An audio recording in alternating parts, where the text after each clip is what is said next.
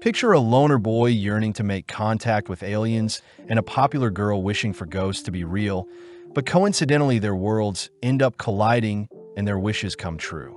Having immersed themselves into the world of paranormal and supernatural phenomenons, our lovebirds must work together to survive in this funky new world. Opening on Momo Ace arguing with her boyfriend.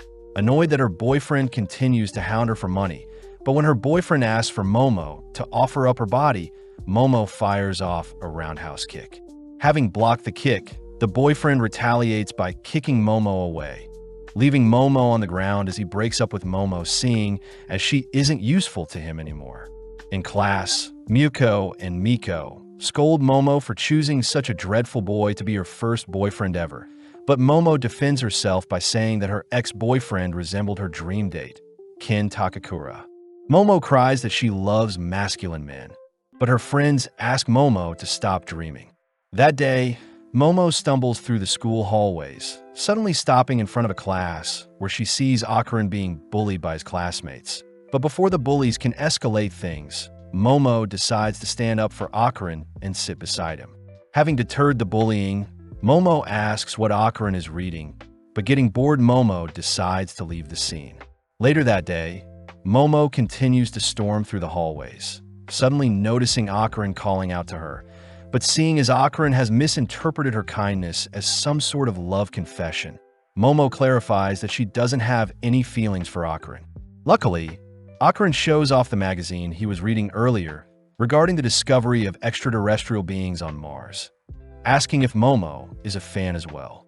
Sadly, Momo states she could care less about UFO or aliens.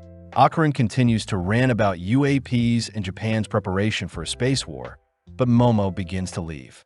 When Akaran tries spilling more information on Momo, Momo gets pissed, stating that her recent breakup is souring her mood, crying that Akaran's geekiness is the reason he doesn't have friends, only to fling his magazine aside. As Momo leaves the saddened Akaran, Momo realizes she may have said too much, immediately apologizing as she hands Akaran his magazine back. Momo admits that she does believe in ghosts, but Akaran begins to giggle, stating that ghosts don't exist, causing the two to despise each other. Momo reveals that her grandma is a spirit medium, asking if Akaran has ever seen an exorcism where the victim convulses, but Akaran simply plays it off as the victim having an illness. Momo fires back by demanding to know what proves aliens exist, but as the two continue to bicker, Muko and Miko stumble onto the two, glad to see Momo is getting over her breakup. Momo states that if she can prove ghosts exist, she demands Akaran serve her as a gopher, something that Akaran agrees to, as he states he'll make Momo serve him when he proves aliens exist. That night, Momo heads to the abandoned Nagi General Hospital, having been instructed by Akaran to head to the top floor and call for a UFO to abduct her. Momo is freaked out by the rundown location, wondering what sorts of things these aliens will do to her once abducted. But Momo gets weirded out hearing that Akaran may have been abducted in the past, but his memories seem to have been wiped. As for Akaran, he's seen visiting an abandoned railway tunnel as instructed by Momo, boldly heading over some guardrails as he declares he'll prove ghosts don't exist. With some teasing from Momo, Akaran soldiers on into the dark tunnel, but Akaran gets furious hearing that Momo has never met a ghost before. Momo reminds Akaran that her grandma is a spirit medium and that her grandparents mean a lot to her, seeing as her parents are never around, something that makes Akaran feel sorry for Momo. Momo adds that her family is quite weird, having been forced in her younger years to uphold rituals on her way to school for good luck, but naturally such a thing caused her to be bullied by the kids her age. But worst of all, the boys she liked made fun of her. Momo remembers blaming her grandma for making her feel so outcast, feeling bad that her relationship with her grandma grew distant since then. It's also the reason Momo believes in ghosts so much as she wants to defend her grandma's beliefs. Momo had realized that she hated the fact that the boy she liked didn't believe in ghosts, and in turn her grandma, something that Momo refuses to compromise on, especially since her grandma did so much to raise her. But having said too much, Momo asks why Akaran believes in aliens. Akaran states that he doesn't have any solid reason like Momo to believe in aliens, but having discovered some bloody footprints leading up to him, distracting himself by pointing out how easy it is to speak to Momo over the phone. Slowly getting freaked out, Akarin checks behind him for any ghost. But upon turning back into the tunnel, Akarin stumbles onto the ghost of Granny that morbidly offers to do kinky things to Akarin. Terrified, Akarin sprints back through the tunnel, reporting to Momo that he found a ghost. But as Akarin continues towards the exit of the tunnel, the exit suddenly seems more distant than before. When Akarin turns to check on the ghost Granny, the entire tunnel turns red, hearing from Momo that the Turbo Granny ghost is a creature you should never lose to in a race, seeing as you'll be cursed if you lose. As the Granny sprints after Akarin, it easily catches up to him, forcing Akarin to hang up on Momo, scaring her. Rushing to check on Akarin, Momo instead notices some flashing lights, only to notice 3 businessmen staring at her. With Momo attempting to flee, she's ultimately captured, waking up bound to a chair only to hear the 3 businessmen utter that they are Serpoians from the planet Serpo. Momo is shocked to be speaking to aliens, but gets annoyed seeing as they ripped her clothes off of her, demanding to be set free. The alien Rokuro reveals that their species reproduces by cloning and doesn't house any females, stating that they want to reclaim their former glory by mating with a human, unveiling a mechanized serpent that horrifies Momo. Momo declares that her first time will be reserved for Kin Takakura, but as the aliens hold Momo down, they begin arousing Momo by tampering with her brain waves using psychokinesis. The aliens are impressed that Momo is resisting their arousal, but as the aliens try to force themselves onto Momo, they suddenly hear a ring from Momo's phone. As one of the aliens picks up the call, Turbo Granny can be seen emerging from the phone, immediately dispatching one of the aliens. It's revealed that Akarin had been cursed by Turbo Granny and seems to be struggling with control over his new body. But as Turbo Granny takes back her body, we see the aliens unveiling their true form. Revealed to be disturbing frog-looking monsters, one of the aliens attempt to bind Turbo Granny with their psychokinesis, but Turbo Granny simply speeds up dispatching another alien. When Granny hunts down the third, she is ultimately caught and flung into a nearby wall. But with Akarin able to temporarily gain control of his body, he is annoyed that he never was able to make contact with aliens even when he was a young boy calling out to them. Akarin was bullied due to his beliefs, but having met Momo, Akarin was shocked she was the first to ever believe in him, crying that he won't let anyone hurt her. As Akarin begins accepting Turbo Granny into his body, he slowly begins to morph, but having been slammed into the wall by the alien again, Akarin's transformation is halted. Turning to Momo, the alien declares it'll make their session quick, resuming its telekinesis to arouse Momo. Momo suddenly remembers the moment when she had argued with her grandma. When Momo had told her grandma about the boy she liked bullying her, her grandma had asked Momo to tense her abs and fire off some chi from her head to scare away the bad spirits. But having been reminded of the boys bullying her, Momo had run off blaming her grandma for her bullies. In the present, Momo is in a daze, heeding her grandma's advice, choosing to flex her abs only to surprisingly break free from her chains. Akarin cries that Momo is using psychic powers that even disrupt the alien psychokinesis, but seeing her newborn powers, Momo declares that her grandma was right all along. Sending out a flying kick, Momo is reminded of her ex-boyfriend, officially dispatching the third alien as it's sent flying into its UFO. As the area around her begins to fall apart, Momo searches for Akarin, only to notice Turbo Granny has taken over his body. When Granny tries pouncing on Momo, Momo lets loose her powers to knock Granny out of Akarin, but seeing as Granny is still cursing Akarin, Momo watches Granny vanish, taunting Momo to seek it out in the tunnel if she wants Akarin's curse lifted. At the same time, we see the UFO flying towards the abandoned hospital, ramming through it only to crash land onto the road nearby. With the duo barely surviving the crash, they both acknowledge that aliens and ghosts are real, but Momo is annoyed that she has to continually suppress Akarin's curse with her psychic powers. Seeing as he needs to defeat Turbo Granny, Akarin gives Momo his clothes, apologizing for getting Momo involved as he states he'll deal with Turbo Granny himself. Momo reminds Akarin that he needs her powers to fight Granny, But as Akarin accepts Momo's proposal, he asks Momo to please cover herself up. Getting flustered, all of a sudden, Momo takes the chance to ask for Akarin's full name, coincidentally hearing that Akarin's full name is Kin Takakura as well. With Momo refusing to believe Akarin has such a cool name, we see Akarin's curse slowly taking over again, forcing Momo to suppress it with her psychic powers. Momo states that Akarin will be his nickname moving forward, but as the duo walk back home, the sun begins to rise, meaning they'll have to wait till night to face Turbo Granny, since ghosts only come out at night. Seeing as Akarin needs some clothes, Momo takes him to his granny's place. But Momo warns Akarin that her grandma despises boys, especially her ex. As the two enter the property, Akarin passes by a torii gate that suddenly ignites his body. But seeing no other choice, Momo tosses Akarin into a nearby river with her powers.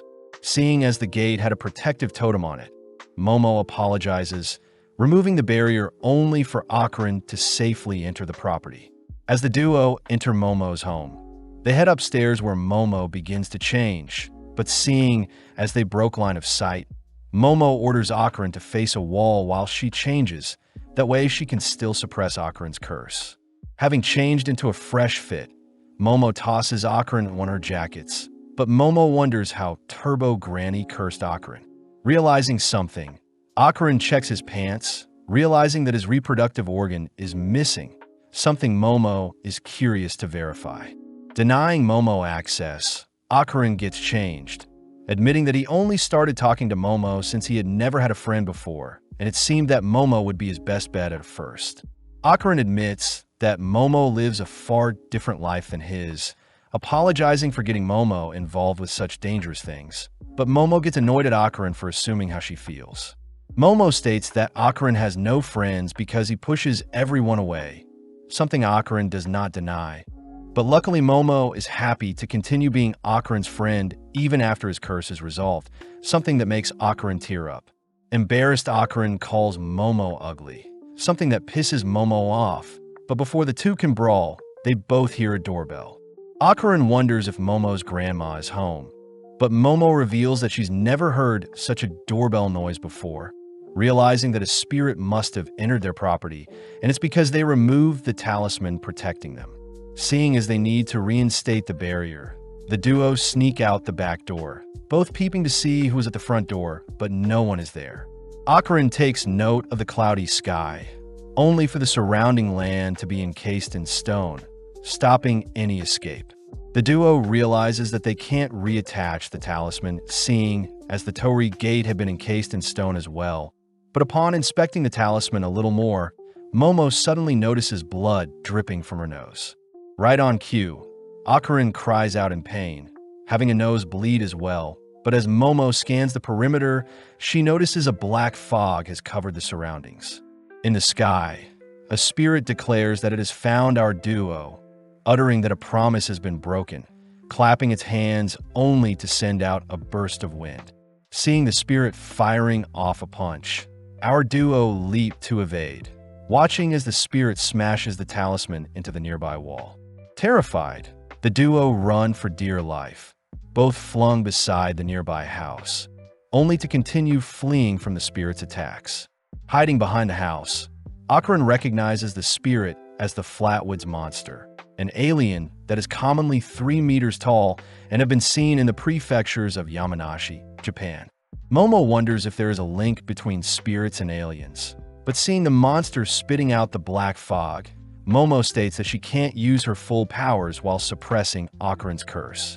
With Akarin's curse spiking again, the duo flee from their hiding spot, seeing as the monster smashed the area they were in while searching for them. As Momo suppresses the curse, Akarin takes note of the state of Momo's home, realizing that he can't stand idly by and watch the monster wreak havoc anymore. Akarin asks if Momo can partially release the curse, both suddenly forced to relocate, seeing as the monster has discovered them again. But Akarin cries for Momo to continue suppressing Turbo Granny's mind control whilst allowing the physical enhancements through.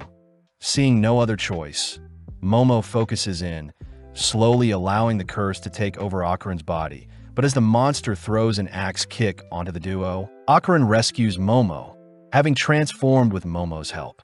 Overflowing with power, Akarin begins talking strangely. But whilst Akarin and Momo are distracted, the monster approaches and attacks Akarin from behind. Luckily, Akarin had reacted fast enough, chewing off the monster's fingers. With Akarin and the monster face to face, Akarin suddenly begins coughing up blood, allowing the monster to get the upper hand, stomping Akarin into the ground.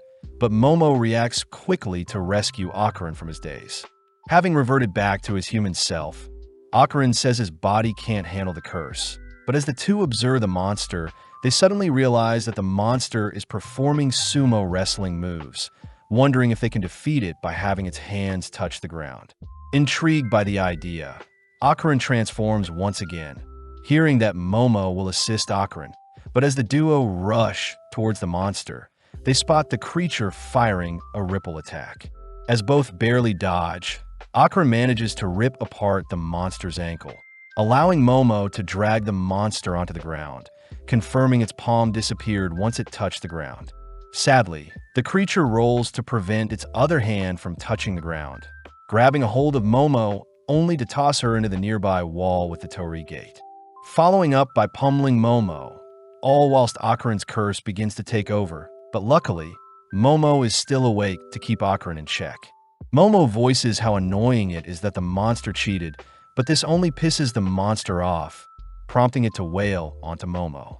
Having endured enough, Momo reveals she had used the monster's punches to carve out the torii gate, swiftly activating her psychic skills to drag Akarin toward her, only for her to reattach the talisman, setting the monster ablaze. Seeing as Akarin is outside the gate with her, they both gasp, seeing as everything is back to normal. But Momo does compliment Akarin's new permed hair. Tired, Momo suddenly collapses from exhaustion, leaving Akarin to begin transforming, seeing as the granny curse is taking over. Elsewhere, we see Santa Doria as a psychic giving a reading to a young male idol Shoma on a television show. But having gotten everything wrong about them, the producers wonder if Doria's is even psychic. Entering a taxi, Doria's is grilled by her taxi driver for being a fake psychic, but suddenly Doria's exits the taxi, ordering the driver to scram. Back with Akarin, we see his cursed body prepare to devour the unconscious Momo, but a sudden brick is broken over Akarin's face, blowing him back. Arriving on the scene, Doria's is revealed to be Momo's grandma, Seiko Ice. Seiko orders Akarin to attack her, but blinking and appearing behind Seiko, Akarin is suddenly set ablaze. Seiko admits that Akarin is quite fast, but having set up a trap prior, Seiko traps Akarin in a circle etched into the ground. Seiko reveals that she can convert the inside or outsides of her drawn circles into barriers, depending where she places a nail. But approaching Akarin, Seiko hears Akarin cursing at her. Seiko takes out her bat, clobbering and taunting Akarin. Seiko converts her bat into a pencil, drawing an even tighter circle around Akarin, but Turbo Granny's voice states that Akarin's body will perish if she dies. Sadly, Seiko could care less, seeing as her number one priority is to protect Momo, placing a nail in the circle only to set Akarin on fire. Later that day, Momo wakes up in bed, rushing downstairs only to greet Seiko. Seiko says she knows Momo has been messing around with spirits, but when Momo asks where her cursed friend is, Seiko declares that she has eradicated it. Momo cries for Seiko to stop joking around, but Seiko reminds Momo that ghosts aren't real, and plus Seiko is a fake ghost medium like Momo had accused her of being. Momo is annoyed that her grandma still holds a grudge against her, but seeing no other way, Momo apologizes to her grandma with a deep bow, begging to know where Akarin is. Hearing Seiko reveal Akarin is in the main shrine, Momo bolts towards the location, pleading for Akarin to be okay, but upon opening the shrine doors, Momo spots Akarin nonchalantly enjoying a rice ball. Slamming the door, Momo is embarrassed. She was worried for Akarin, but suddenly Seiko appears, teasing Momo for being into geeks. Seiko states that the shrine will suppress Akarin's curse, but leaving it will reawaken it.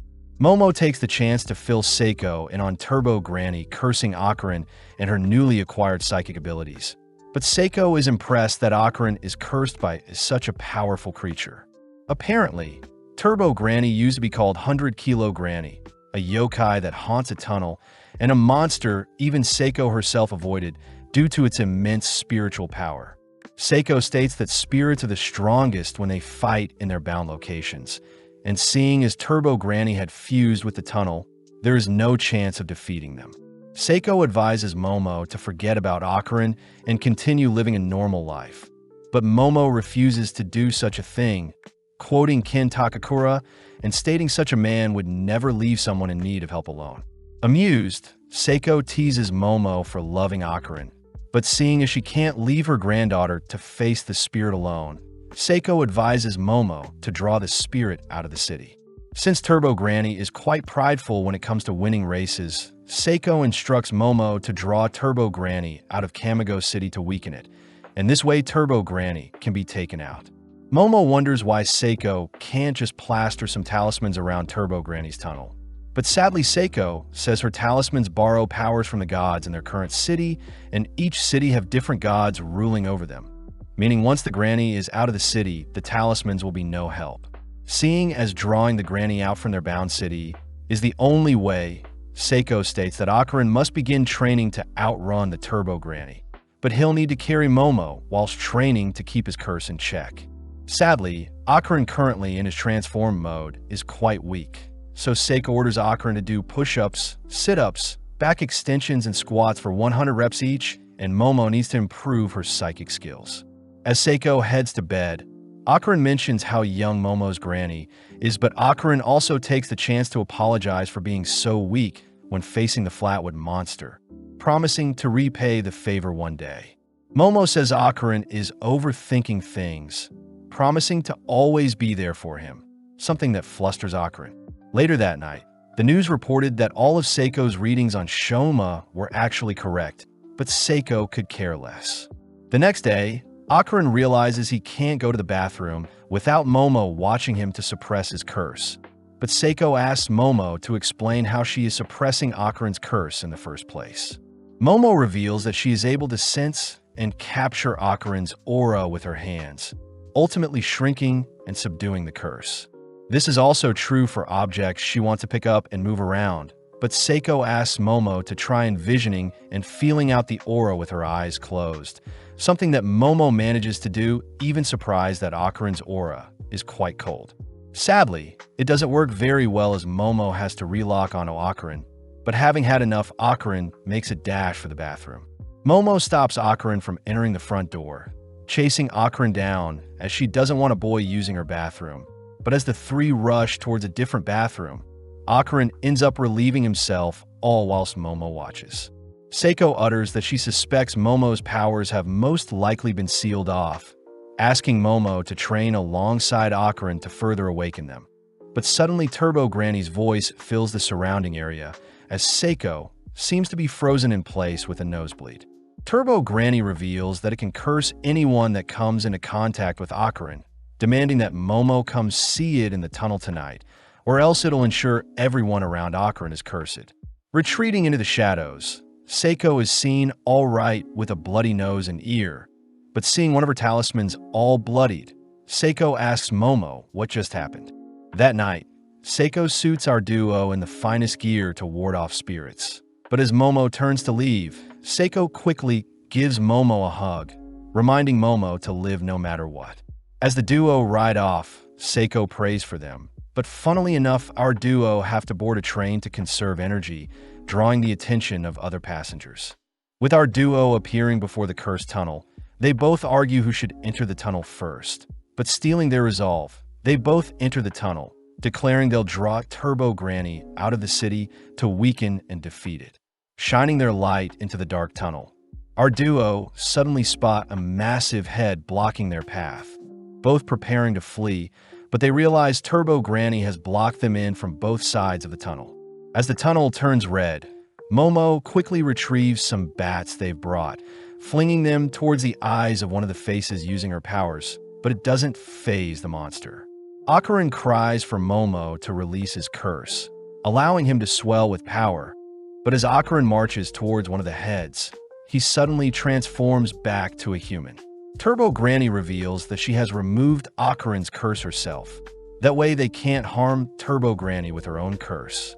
Turbo Granny roars at our duo, preparing to devour them whole. But as Momo remembers her grandma's advice, Momo begins to taunt Turbo Granny, mocking how slow it is in a race. Momo demands to race Turbo Granny, something that surprisingly convinces Turbo Granny to morph back into her singular body, immediately accepting the challenge.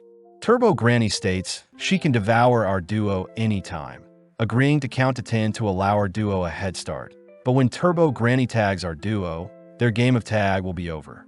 Momo says she hates people that break rules, allowing our duo to make their way to the tunnel's exit, but strangely Turbo Granny is counting weirdly, suddenly declaring that 10 minutes is up.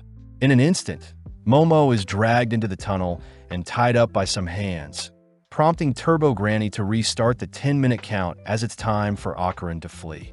Akarin is pissed at Turbo Granny's underhand tactics, demanding that Turbo Granny fight fair. But within a few seconds, Turbo Granny reaches the 10-minute count, reaching out to tag Akarin. Remembering that he had promised to protect Momo, Akarin rushes at Turbo Granny, clamping down on the monster's flesh as he demands the creature free Momo. Turbo Granny is pissed, attempting to rip Akarin off it, but sadly Akarin's sacred clothing is preventing Turbo Granny from harming Akarin. In pain, Turbo Granny chooses to possess Akarin, using his own hands to shred his clothes. But as Turbo Granny heads over to devour Momo, it suddenly senses a presence crushing it. Revealed to have been Momo, who has finally detected Turbo Granny's curse in Akarin, Momo begins to subdue the cursed flame, watching as Turbo Granny rushes to attack Momo.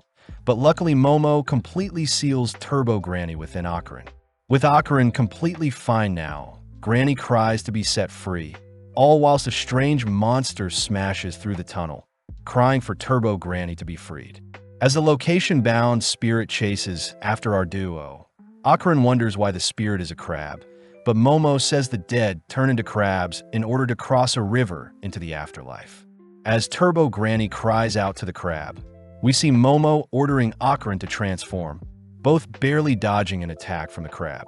With Momo riding Akarin, Akarin states his body won't be able to hold on for much longer, choosing to leap off the nearby railing, all plummeting down into the town below them. Having used one of his 2 full-throttle moves to soften their fall, the gang notice the area around them turning red, all watching as the crab leaps onto their location. Spotting various faces on the crab's back, Akarin begins to run, realizing that the people around them can't see the crab. But worst of all, Akarin doesn't seem to have the strength to make it out of Shono City before he collapses. Getting an idea, Momo instructs Akarin to head into a nearby Japanese bar, choosing to weave up some stairs to distract the crab, only to position below some pipes. When the crab appears before our duo, Momo tears open some pipes to flood the monster with hot water, something that ends up boiling it.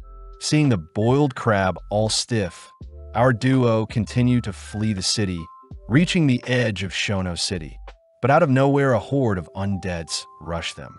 Turbo Granny utters that a cemetery is near the edge of Shono City, and Granny is now using the undeads to hunt down our duo as well. When Momo tries to run alongside Akarin, she suddenly trips, giving the undeads along with the newly healed crab a chance to surround them. Something that makes Momo ask Akarin to use his final full throttle.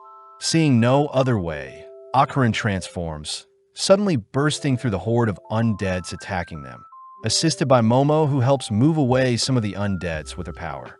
Having used some power lines as an anchor point, our duo managed to run alongside a building to evade the swarm of undeads, suddenly cut off by the massive crab. Luckily, Momo tosses a car at the crab, buying Akarin enough time to scale the monster and use it as a launch pad to reach a nearby crane. Swinging around the crane with Momo's powers, our duo launch themselves towards a nearby moving train. But before they can reach the train, Akarin suddenly reverts back to a human. Desperate, Momo expands her psychic palms to slow down their fall, crying for Akarin to transform once more, giving Akarin the courage to surpass his limits and transform in time to soften their fall. With our duo both fatigued and exhausted, Momo hurries Akron to move, seeing as they're almost out of the city, but realizing that Turbo Granny is no longer sealed inside of Akron. Turbo Granny appears, kicking our duo to the ground. Seeing as Turbo Granny has completely bested them, Momo states she hates people who cheat, something that pisses off Turbo Granny as she merges with her crab body, offering Momo another chance to flee. Turbo Granny offers to count to 20 minutes this time, but Momo says she'll only need 1 second, suddenly using her powers to latch onto the moving train nearby, all whilst dragging the exhausted Akron with her. Horrified, Turbo Granny begins chasing after the train, barely losing to the train's immense speed, but racking its brain. Turbo Granny manages to leap onto the train before it leaves her behind. Although Turbo Granny is in front of them, Momo cries that they've already won, suddenly zooming out only to see Seiko at the edge of Shono City, having plastered her talismans in the adjacent city of Kamigo City in preparation for the monster. As Momo holds off Turbo Granny from advancing, the train passes into the next city, prompting Turbo Granny to suddenly erupt, spewing out the bodies of its past victims. At the next station, Momo confirms that Turbo Granny is indeed defeated, cutting to the next day, where Seiko takes our duo to pray at the tunnel. Apparently, many girls were attacked near Turbo Granny's tunnel, and it may have been the girls' unfair deaths that ultimately drew Turbo Granny to set its nest near the tunnel. But it's still wrong for a spirit like Turbo Granny to attack the living out of vengeance for the girls who unfairly met their fates. Seiko reminds our duo to never disrespect the dead, as it's the bare minimum to coexist with spirits. But Seiko is glad that Momo and Akron made it out in one piece. At home, Seiko and Momo argue over who gets to eat more boiled crab, all whilst Akron sits awkwardly. Seiko takes the chance to check if Akron's reproductive organ has returned, chasing him around the room, all whilst Momo slurps up the crab meat.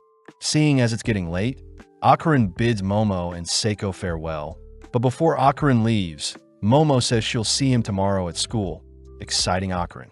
The next day, Akron wonders how he should greet Momo, nervously walking by Momo so as to not embarrass himself. But out of nowhere, Momo lightly shoves Akron, having been waiting for him. As the two walk to their classes, Momo wonders why the aliens she met were all guys and what they eat to survive. But as the two depart to their separate classes, Akron is immediately back to being bullied by his classmates. Sitting down, Akron calms himself, seeing as he's finally made a friend who accepts him for who he is. But as we follow Momo, we see she is completely zoned out of class. Miko and Muko fears Momo is still thinking about her ex-boyfriend, but is surprised to see Momo acting strangely. In class, both Akron and Momo yearn to speak to each other, both waiting out their classes only to accidentally pass each other, squeezing through a horde of people. With both Akron and Momo visiting each other's classes, funnily enough, they both barely miss each other, both wondering if the others dislike them. Seeing as their lunch break is almost over, they both reluctantly prepare to head back to class. But having not seen where they were going, they both bump into each other, accidentally touching lips. They both confess that they've been searching for each other, accidentally making the moment awkward as they wonder what they should say next, but out of nowhere, Miku and Muko cry that they just saw our duo kissing. Immediately, the lovebirds defend themselves by insulting each other, ending their argument as they both storm back to class. But Akron chooses to take a pit stop in the bathroom. When Akron goes to relieve himself, he suddenly realizes something is missing, cutting back to Momo, where her classmates all pester her over a new love interest. Out of nowhere, Akron appears, signaling to speak with Momo alone, but still angry about their argument earlier. Momo refuses to leave her seat. As Akron continues to beg, he admits he was wrong to insult Momo earlier, but Momo is still too stubborn to budge. Momo's friends are amazed at Akron's persistence, but seeing Momo's cold demeanor, Akron wonders if Momo truly cares about him, seeing as she refuses to speak to him when she is around her friends. That evening, Akron wanders around the lockers in search of Momo, but having accidentally bumped into Arya Shirtoria, Akron is caught off guard. Arya strangely utters that she knows Akron is a kind person, all whilst Momo stumbles onto Akarin chatting with Arya. As Arya leaves with Tsubame, Arya begins mocking how pathetic Akarin behaved in front of her, something that pisses Momo off. Using her psychic powers, Momo smashes a metal bowl onto Arya, knocking her out. With Tsubame and Anzu checking on Arya, Akarin prepares to help as well, but Momo grabs on Akarin. Momo says they should head home, glaring at Arya as she cries most girls aren't deserving of Akarin's attention. On the way home, Momo apologizes for being so stubborn earlier, admitting that their little kiss got her flustered. Seeing as they've made up, Akarin reveals that although they've defeated Turbo Granny, it seems his balls are still missing. Sitting down with Seiko, Akarin explains the situation, all whilst Momo laughs her head off.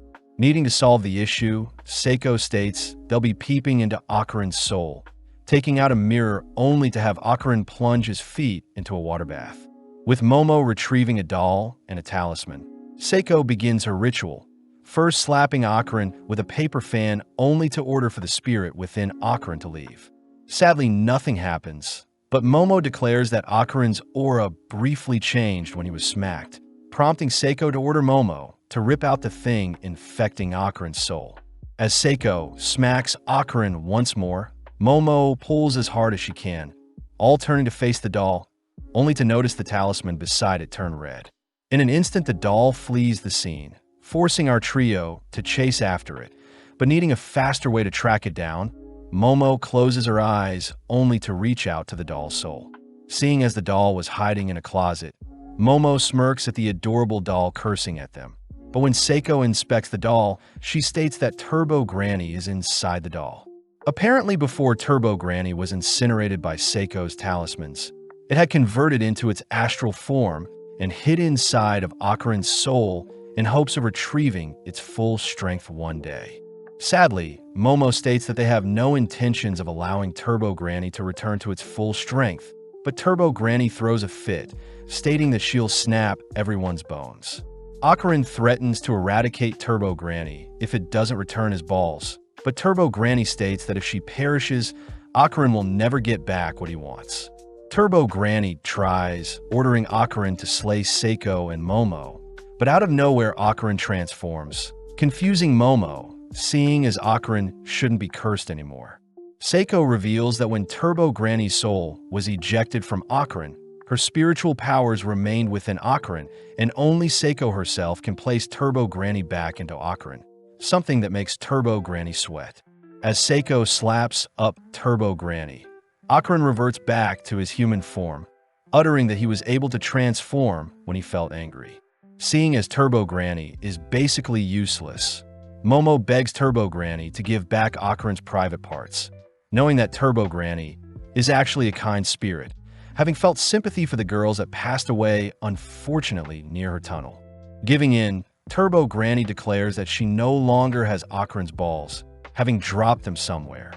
Turbo Granny utters that Akarin's belonging should be covered in gold and are 5 centimeters in diameter.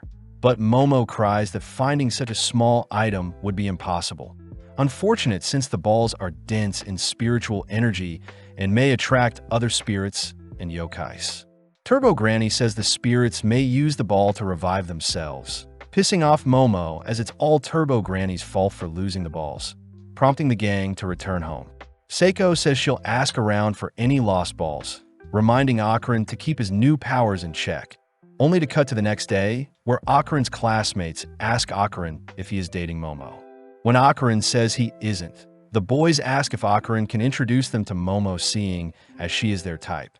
Realizing that the boys are spreading rumors about Momo, Akarin gets furious, suddenly transforming only to grab one of the boys by the collar. As the boys crumble in comparison to Akarin's strength, they beg to be let go, snapping Akarin out of his daze. Rushing to his table, Akarin tries calming down with some reading, only to realize Turbo Granny had snuck into his bag. Instantly running towards a secluded place, Akarin demands to know why Turbo Granny is at school with him. But Turbo Granny tries beckoning Akarin to allow her into his body, and in exchange, she will help him control his powers. Akarin says he won't be falling for any of Turbo Granny's scheme, suddenly stuffing the doll back into his bag as he hears a voice call out to him. But luckily, it's it's only Momo. Akarin tries telling Momo about Turbo Granny sneaking in his bag, but Akarin suddenly realizes how cute Momo is, beginning to run away, all whilst Momo chases after him. Alone, Turbo Granny is left to explore the school, all whilst Momo complains to her girlies about Akarin avoiding her.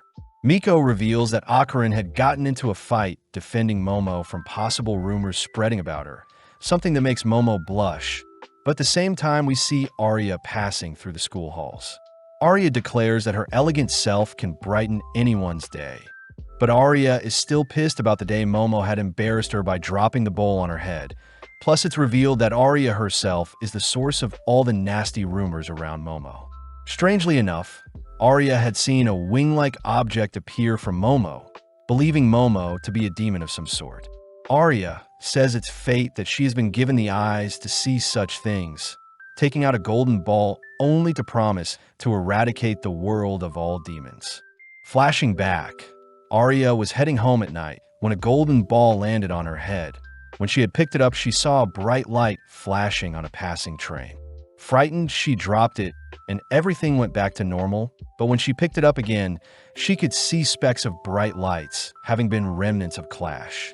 At school, Arya thanks Tsubaim and Anzu for bringing her a Bible and a cross. But as her friends get tired of Arya's weird antics, Arya suddenly rushes to open a nearby window, demanding to know who the woman in the red dress is. Sadly, Arya's friend can't see anything, watching as Arya begins acting weird again, only to begin flirting with boys who notice her acting strange as well. With Turbo Granny watching everything transpire, we cut to the rooftop where Momo and Akarin have lunch, but Momo asks why Akarin is avoiding her gaze. Momo also demands to know why Turbo Granny is with them, preparing to have a brawl with the doll. But as Akarin holds back Turbo Granny, he utters that Turbo Granny had noticed a strange lady at their school. Turbo Granny says she was looking for the golden ball around the school, seeing as a human could have picked them up, and since humans may be attracted to shiny gold things, the person that picked it up will probably awaken their spiritual powers upon coming into contact with the dense magical ball. Sadly, having spiritual powers puts them at risk as spirits may attack them, something that alerts Momo and Akarin. In class, Arya continues to fondle the golden ball, wondering if she could defeat Momo's demonic powers alone. But as Arya checks on the lady in the red dress, she notes how it's getting ever so close to her. With the school day ending, we see Akarin meeting up with Momo, but out of nowhere Arya appears, asking to speak with Momo privately. Having no choice, Momo heads off with Arya, all whilst Turbo Granny tells Akarin that Arya is the one in possession of the golden ball. Being taken to an abandoned factory, Momo gets weirded out, demanding to know what Arya wants to speak about. But out of nowhere, Tsubaim and Anzu tackle Momo to the ground only to bind her arms.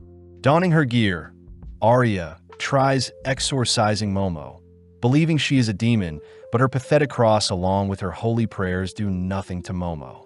Pissed, Momo uses her psychic powers to fling Tsubaim and Anzu aside, only for Arya to try exorcising Momo again, this time rubbing her golden ball on Momo, as she cries for the sacred ball to give her strength. With Momo ordering Arya to hand over Akarin's golden ball, we see Akarin arriving on the scene, seemingly fleeing away from something. At that moment, we see the red-dressed lady tackling Arya, muttering that it's been waiting so long for Arya to finally see her. With Arya suddenly remembering a memory of her as a child, Momo cries for Akarin to help Arya, prompting Akarin to transform, rushing down the spirit. Sadly, the spirit easily evades, taunting Akarin as he dashes towards the red-dressed lady. In mere moments, the spirit outmaneuvers Akarin, grabbing a hold of him only to swallow Akarin whole. Annoyed, Momo grabs hold of Akarin with her powers, but seeing as her hands are bound, Momo is unable to use her full powers and instead receives a devastating kick from the spirit. Swallowing Akarin whole, the spirit says it has waited 10 years to reunite with Arya, reminding Arya that it is her mommy, seeing as Arya had called it mommy in the past. Arya is disgusted by the demons pleading, suddenly all turning towards Momo as she appears from the rubble unharmed, surprised to see Turbo Granny is also unharmed. Turbo Granny takes out a phone she stole, declaring the spirit before them is acrobatic Silky. But as Arya cries she'll eradicate monsters like the tall lady before her, the spirit gets upset, gobbling down Arya whole as well. Infuriated, the tall spirit suddenly erupts, sending her hair towards Momo, only to ensnare her, dragging Momo into the air by her neck. When Momo curses at the spirit, the tall lady simply begins to spin, sending Momo flying through the air only to smash her into the ground. The tall lady gives Momo a chance to redeem herself, asking Momo to call it mommy. But when Momo refuses, the lady swallows up Momo whole. With only Turbo Granny left, Turbo Granny orders the spirit to spit out the kids. But before the spirit can disrespect Turbo Granny, the lady's body is set on fire, having been lit on fire from the inside out when Momo used Arya's cross-shaped lighter along with the spirit's hair as fuel. As the tall lady burns up, it ends up vomiting out our trio, suddenly transforming into a more grotesque monster. Crying, Silky demands to have Arya back, tossing several rails at the gang, but they manage to evade.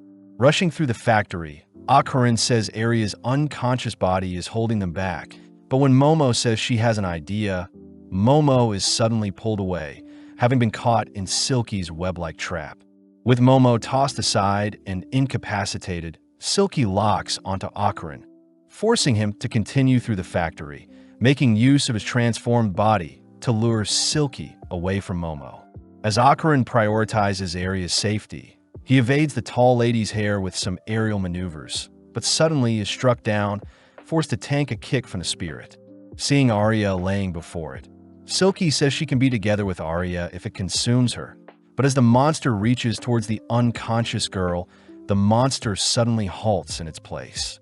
Momo appears, stating that the hair Silky had sprung across the factory ended up tying around too many things and has bound Silky in place, but refusing to give up, Silky kicks down a nearby pillar to free up some space. Seeing an opening, Momo rushes to restrain Silky's legs with her powers, all whilst asking Akarin to slay the monster with his full throttle. Akarin cries that he doesn't know how to do such a thing, as his past full throttles was out of desperation. But as Silky rips out her own hair to set herself free, it blows away Momo's psychic hands, flinging its hair towards Momo. In an instant, Akarin transforms to protect Momo, spearheading a tackle that ends up blowing a hole through the factory along with Silky. But although Momo is amazed, Turbo Granny scolds Akarin for his pathetic use of his power. Seeing as Silky isn't a priority anymore, the gang remember to retrieve Akarin's golden ball, but as Momo celebrates a successful retrieval of Akarin's family jewels, Turbo Granny reveals that Arya is dead. Horrified, our duo confirm that Arya doesn't have a pulse, learning that any human swallowed by a spirit would perish, and it's actually lucky that Akarin and Momo themselves didn't pass away as well. Desperate, Momo tries resuscitating Arya's heart with her powers, all whilst Akarin gives Arya mouth-to-mouth. But when Turbo Granny tries calling the ambulance, they all notice Silky crying out to Arya. When Akarin prepares to attack the spirit once more, Silky offers to revive Arya by giving its life to her, but our duo refuse to believe the spirit. Silky states that she has good intentions, something Turbo Granny validates, finally convincing our duo to trust Silky. Although Momo is still skeptical, she hears Silky asking for her aura to be connected to Arya's.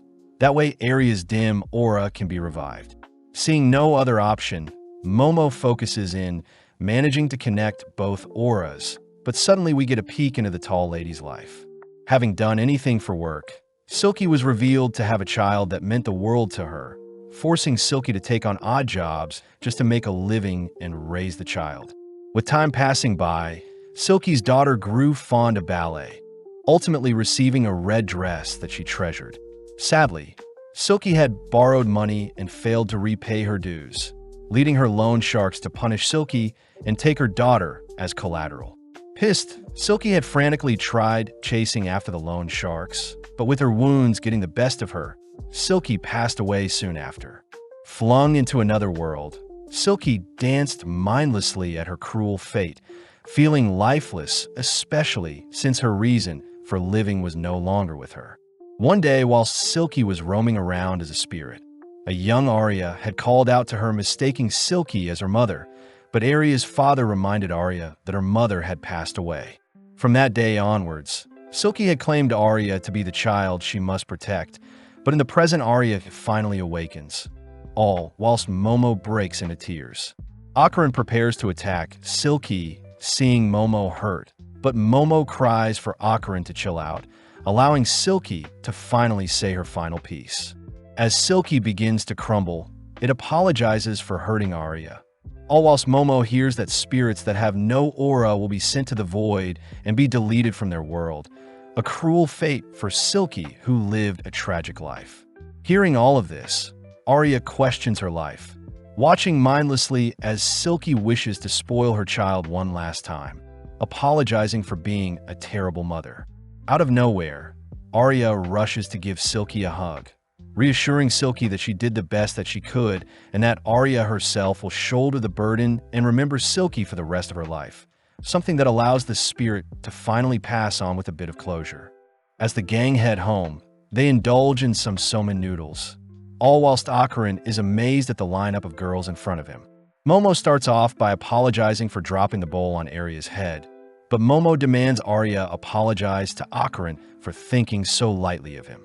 Arya clarifies that she hates Momo because she is a demon, annoying Momo as she tries to clear things up, but Arya points out how youthful Seiko is, plus Ocaran transformed into a demon as well.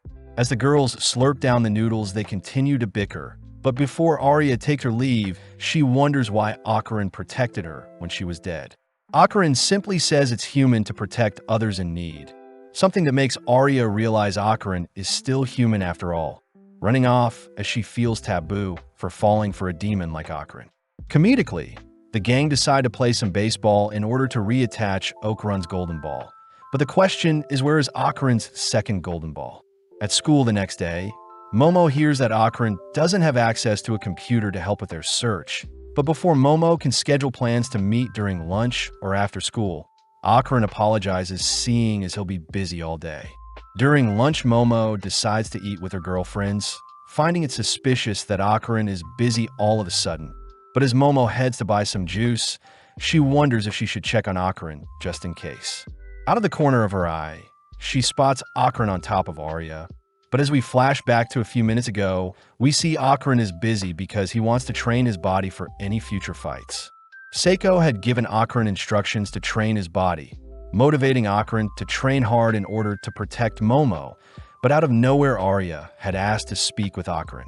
Arya cries that she loves Ocaran, reaching out only to prepare to kiss him.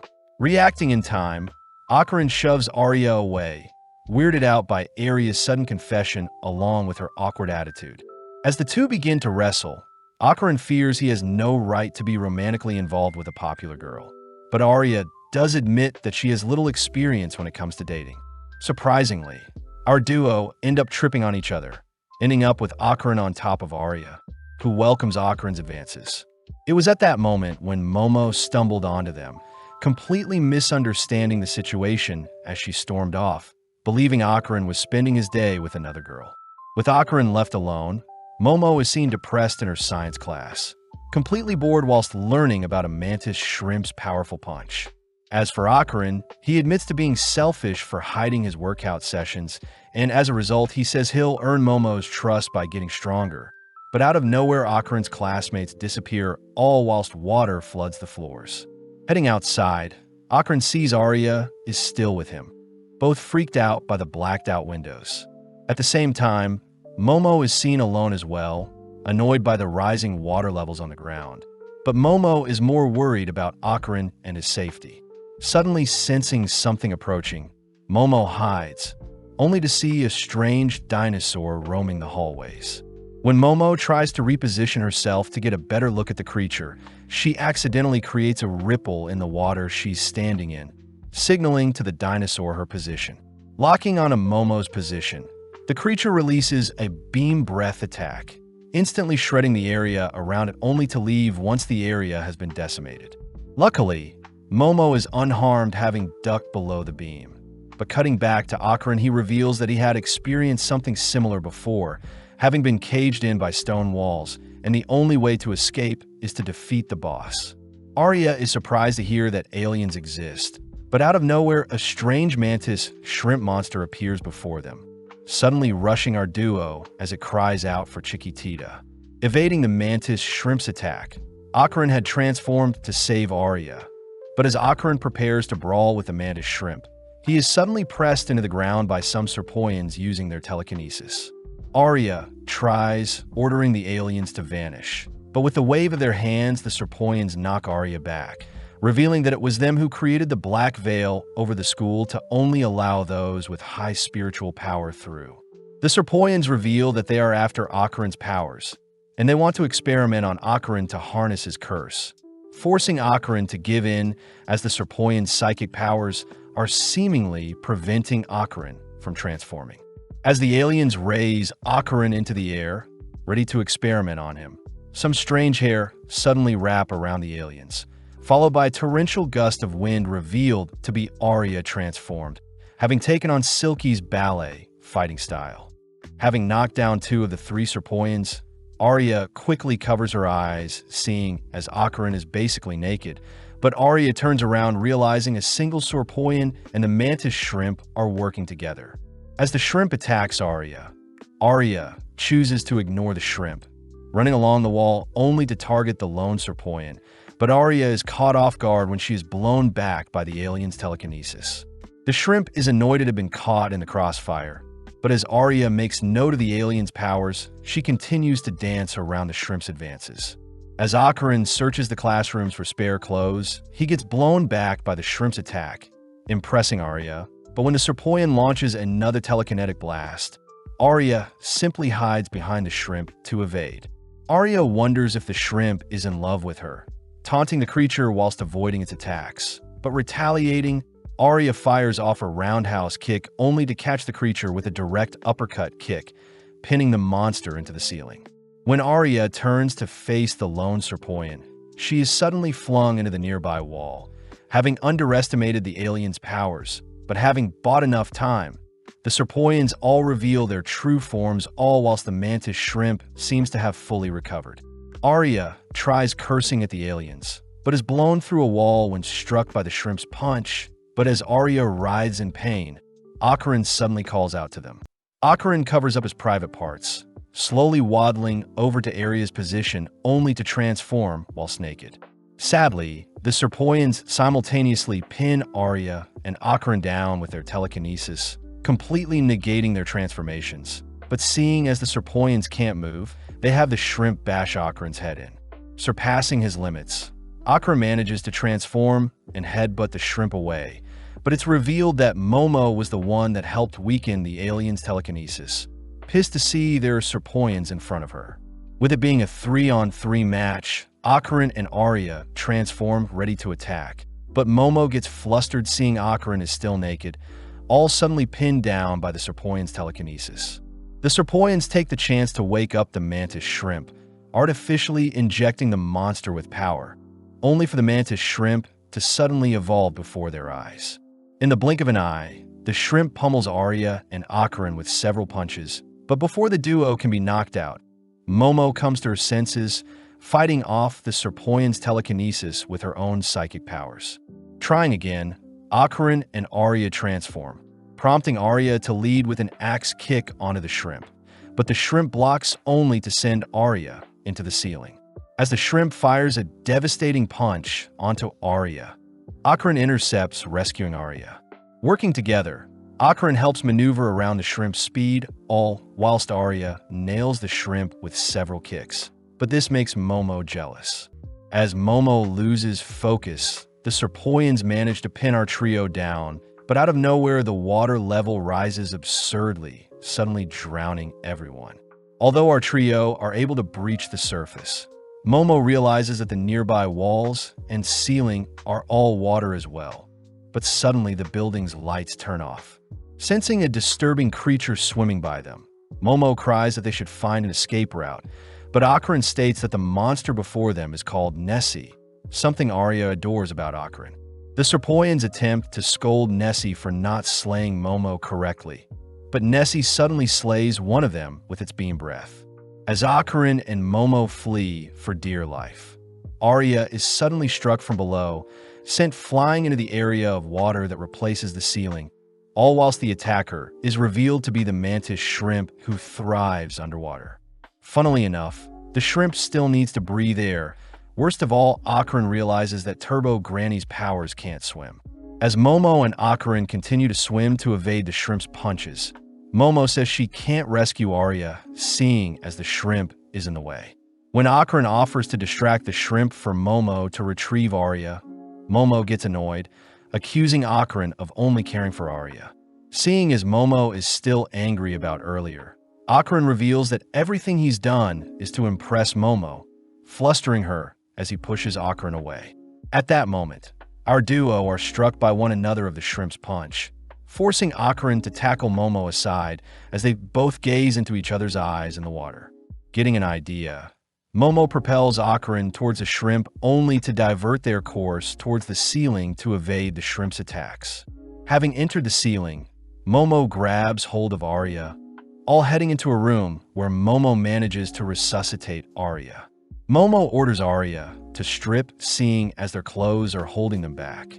But as we follow the mantis shrimp and the serpoians, they seem to be fleeing from Nessie, who seems to be slaying everything in its path, forcing the serpoians to prepare to merge with the others. As Arya and Momo ride Akarin, they all dive in the water to face the aliens. But upon realizing that the serpoians have merged with both Nessie and the mantis shrimp, our trio hurriedly evade the monster's beam attack. Breaching the surface for some air, the gang realize that the monster is absorbing water for its next beam attack, prompting the gang to agree to try and break the monster's neck to render the attack useless.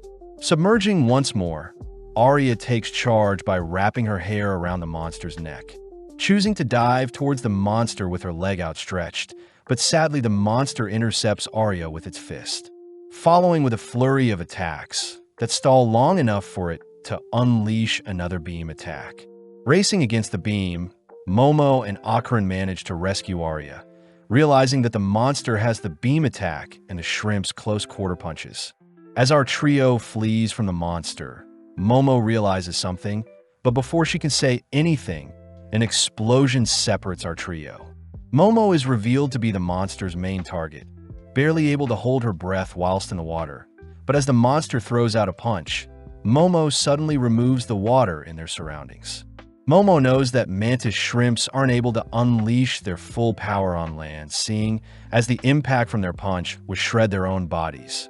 A weakness Momo has used to have the monster tear away at its own body.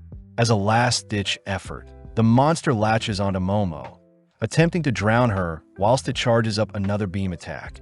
But Arya had reacted fast enough, latching onto the monster, all whilst giving Akarin a direct path towards Momo.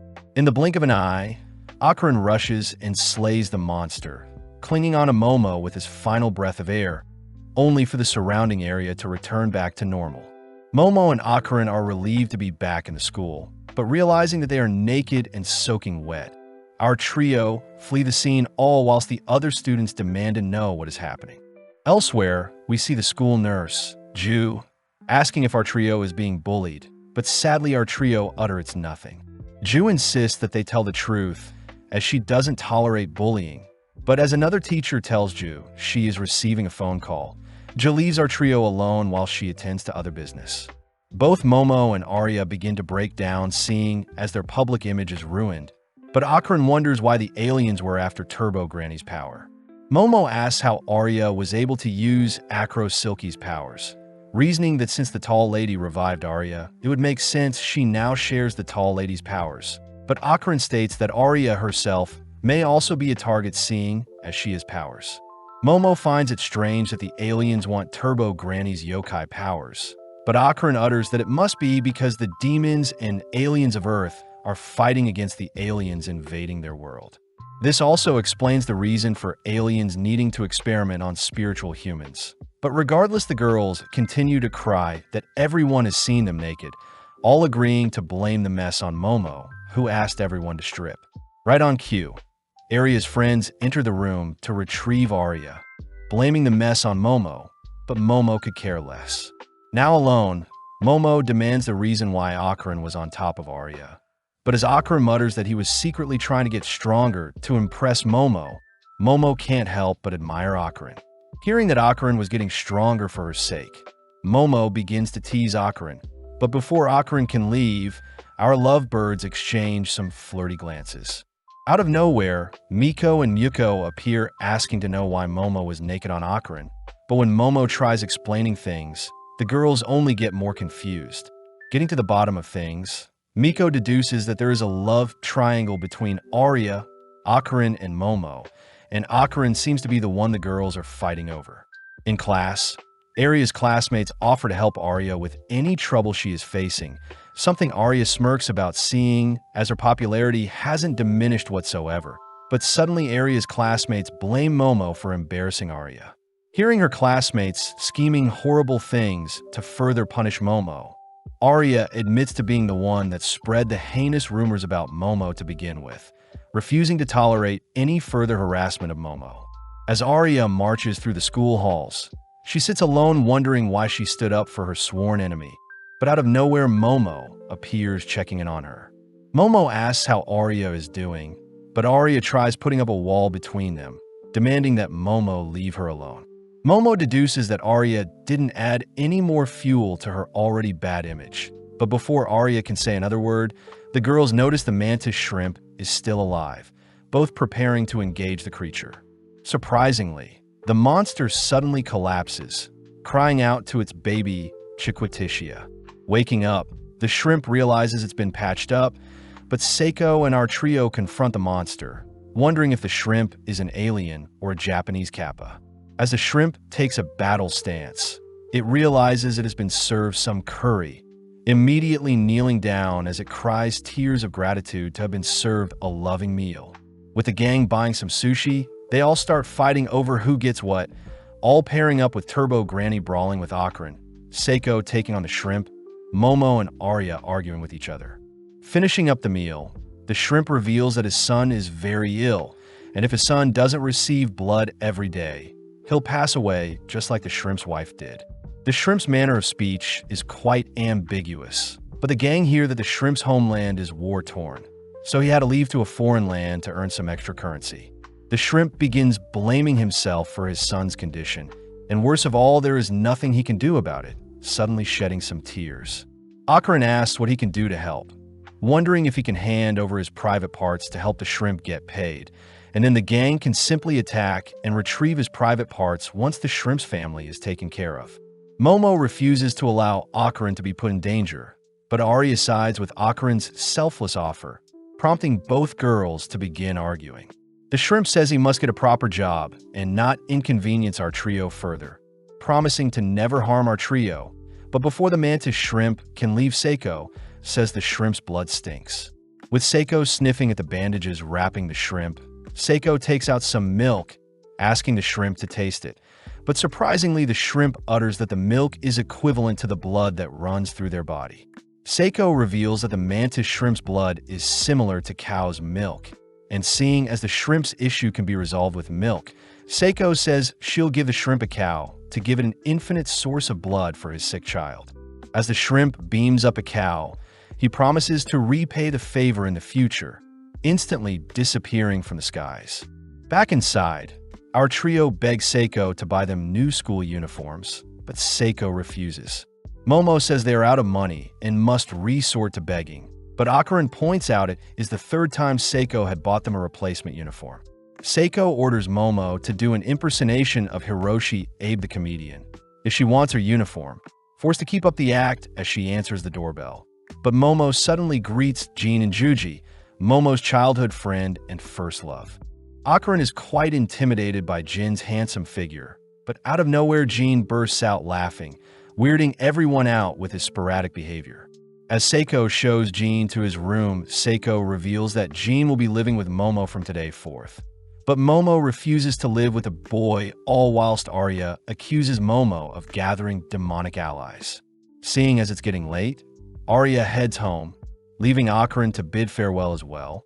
But before he leaves, he shyly wishes to see Momo tomorrow at school, something that pleases Momo. Back in the house, Jean scoffs down Seiko's cooking, all while Seiko tells Momo that Jean is living with them since Jin's parents have been hospitalized. As Jean and Momo wash the dishes, Jean takes the chance to apologize for making fun of Momo when they were younger, telling Momo he can see ghosts now. Momo asks if Jean had come into contact with any golden balls, but Jean denies such a thing, telling Momo that after they went their separate ways in middle school, Jean and his family wound up moving out into a house surrounded by a forest. Immediately, Jean felt something was strange with his new home, and when Jean told his family, they laughed it off, leading to one fateful night when the entity haunting him showed itself to Jean. Ever since then, his parents' health had gotten worse, leading Jean to rally together 5 exorcists that could solve his issue, but sadly 3 of the 5 had taken their own lives soon after facing the entity. As a last resort, Jean is asked if Seiko could help him, something Momo reasons was the right thing to do. Jean once again deeply apologizes for making fun of Momo when they were younger, but suddenly Seiko reminds the pair that her powers only work in Kamigo City, meaning Momo herself will have to deal with the issue, and Seiko suspects the golden ball must be behind this somehow. At school the next day, Jean celebrates seeing as he's transferred schools, immediately captivating the girls in his class. Although Jean's parents are hospitalized, it doesn't stop Jean from asking for a girl's phone number, even dancing through the class as he's seated next to Momo and her friends. Unfortunately, Miko and Yuko begin falling for Jean as well, but Jean clarifies to everyone that he and Momo are childhood friends living together, something that Momo's friends forbid, seeing as Momo and Akarin are already a thing. Following Akarin, he is completely lost in thought, agitated at the thought of Jean re-entering Momo's life and being all chummy with her. Akarin fears Momo will stop talking to him if she starts dating Jean, refusing such a reality as he strives to grow stronger. But suddenly Momo appears to check on Akarin. As Momo sits down for her lunch, she offers to feed Akarin since his hands are tied up, but sadly Jean joins them, offering Momo her favorite yogurt drink. Seeing Momo drawn towards Jean, Akarin can't bear the sight of the girl he likes being taken away from him, choosing to leave the scene. But as he turns a corner, he suddenly notices a mannequin bolting towards him. Crying out for Momo, Akarin begins fleeing from the mannequin, but the mannequin easily overtakes Akarin, now charging towards Momo. Momo prepares to restrain the mannequin, but suddenly Jean tackles her to the ground, allowing the mannequin to leap over them, but Momo suddenly spots a golden ball attached to the mannequin. Seeing as Jean is refusing to let go of her, Momo has no choice but to grab hold of the mannequin with her powers, ultimately being dragged along with the mannequin, all whilst Akarin runs after them.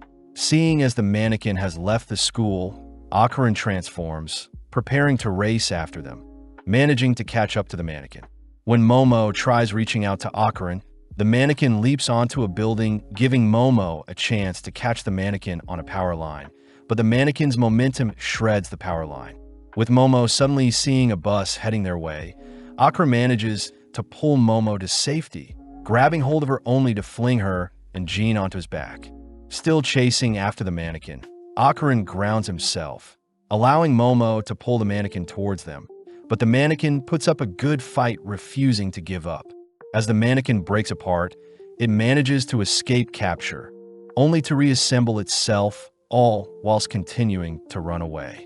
Having lost sight of the mannequin, Akarin reverts back to his human form, all watching as Momo smacks her hands together, managing to guide our trio toward the junkyard.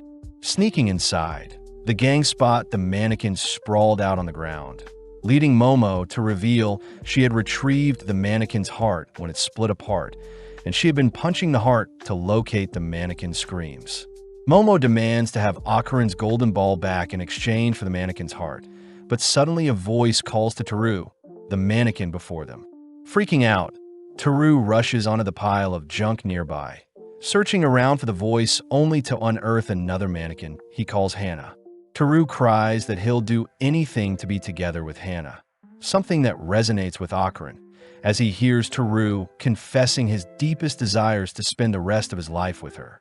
Returning home, our trio begged to have Hannah stay at Seiko's home, and as for Teru, he promises to not act up as long as Hannah is safe. Momo also mentions how the gold ball she saw on Teru was simply a Christmas ornament. But as Momo prepares to set the table for dinner, Akron can't help but get jealous seeing how flirty Jean is to Momo. Remembering how Teru spilled his heart out to Hannah, Akron cries he won't lose Momo to Jean, but Seiko orders the boys to keep it down. Seiko reminds Momo that she'll be heading to Jin's house this weekend, leading Momo to reveal that Jean needs his house exorcised and is the reason he is here in the first place. With Akron agreeing to come along, we cut to the school where we see some school kids planning on messing with a Ouija board, but out of nowhere, Teru sprints past them, leaping through a window. Wanting to see Hannah, Teru boards a train, but as he dreams of visiting his loved one, he is accidentally run over by a truck. Following Momo, she is seen waiting outside with Hannah for Teru's arrival. But as time passes by, Momo falls asleep outside beside Hannah. As the sun begins to rise, Teru finally arrives, apologizing for visiting so late. But at the same time, we see Jean on edge, unable to sleep due to the mysterious entity haunting him. With the big day arriving, our trio board a train, passing time by playing Old Maid, but Akron seems to be losing constantly. Jean tries cheering Akron up with some snacks, but Akron simply gets more depressed seeing Momo and Jean reminisce about their childhood, making Akron feel pathetic as he sees his own jealous reflection in the window. Akron tries distracting himself by uttering that he needs to retrieve his golden ball no matter what, but seeing as Jean and Momo are non-stop chatting, Akron interrupts in by educating the two on the Tsukinoko. Coincidentally, Jean utters that his village as a legend revolving around the Tsukinoko shrine, where the villagers worshipped a great serpent for 200 years. Seeing as Jean has stolen his spotlight, Akron tries bringing up the other myths to intrigue Momo. But accidentally, Akron starts to hit off with Jean as he is the second person to take a liking to the paranormal, just like Momo. Jean asks if he can be friends with Akron. Akron says he doesn't deserve any friends since he is quite awkward. But as the trio leave the train, they enter a hot spring district where Jin's father works. Seeing as his father researches volcanoes in a nearby college, Jin's family had to move out to the hot spring town, and rumor has it that the nearby volcano erupted 200 years ago. As Jean guides the duo up some stairs, they're forced to climb several hundred flights of stairs, finally making it to Jin's home exhausted. At first glance, Momo can't detect any abnormal spirits nearby.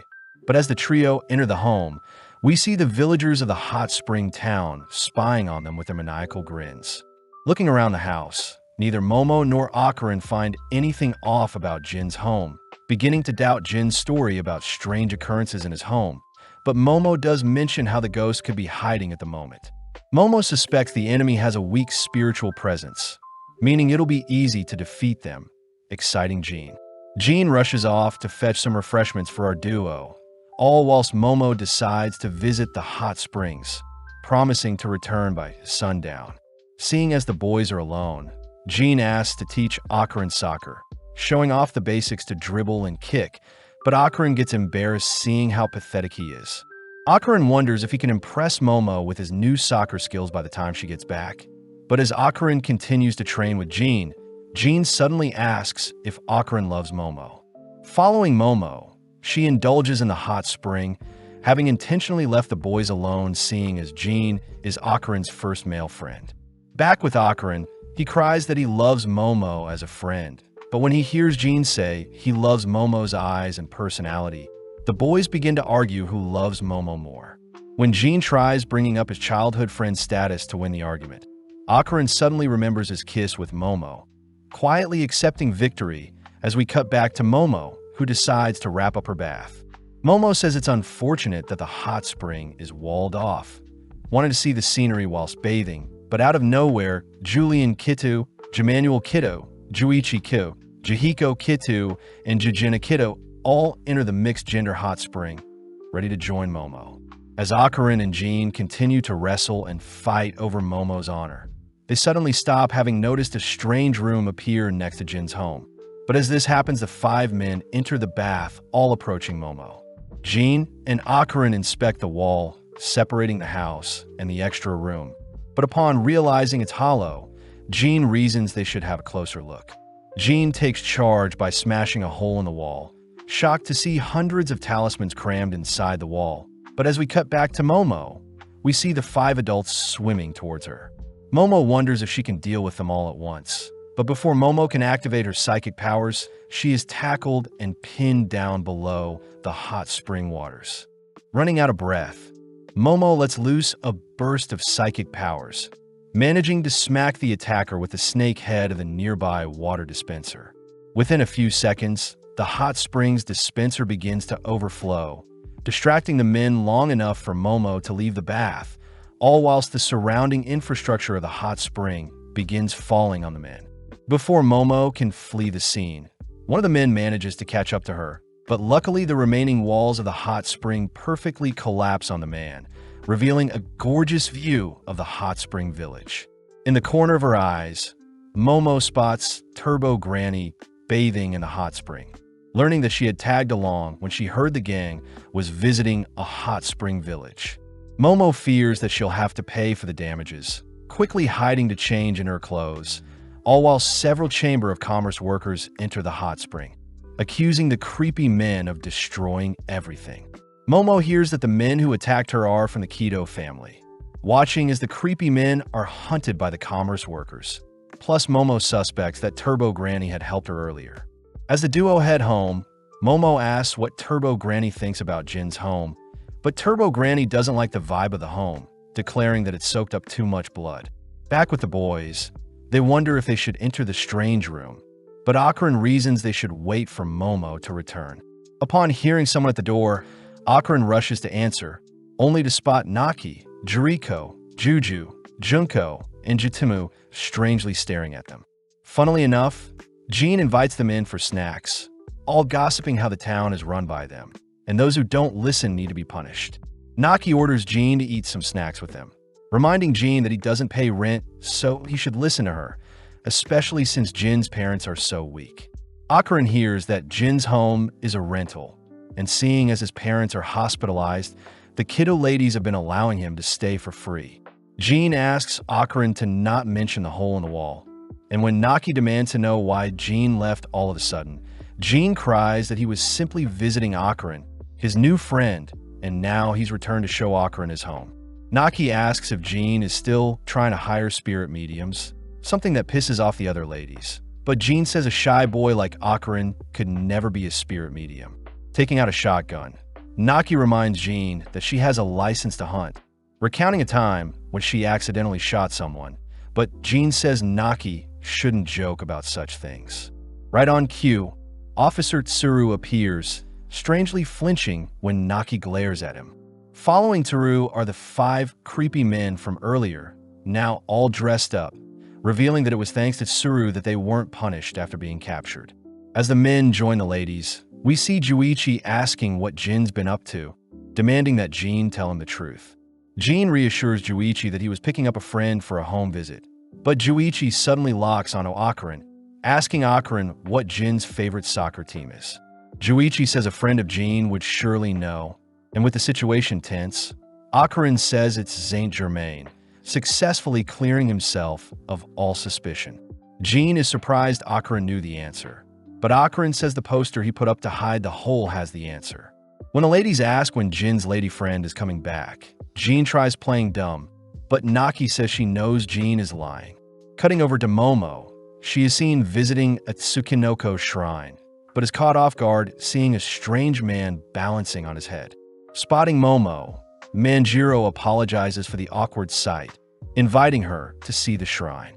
Upon entering, Momo is disappointed to see the dried-out remains of a snake, especially since there were tales of a mythical snake guarding the village. The legend says that the snake lived in the nearby volcano and caused it to erupt everything it got hungry. So the villagers had offered up a child every year for the past 200 years to quell the snake's hunger. And in exchange, the volcano remained dormant, and the village was allowed to enjoy the hot springs. Manjiro says nowadays, erecting a shrine to pray to the snake is enough. And Tsukinoko was a name given to the snake to attract more tourists. But Manjiro does mention how people in the past would continue to uphold the sacrifices in fear of the volcano erupting again. As Momo heads back to Jin's home, she excitedly calls out to the boys, but is horrified to see Akarin and Jean have been knocked out, all whilst Naki declares that their last offering has arrived. As the men attack Momo, she starts off by firing off a kick, knocking out one of the men, only to knee another with the help of her psychic abilities.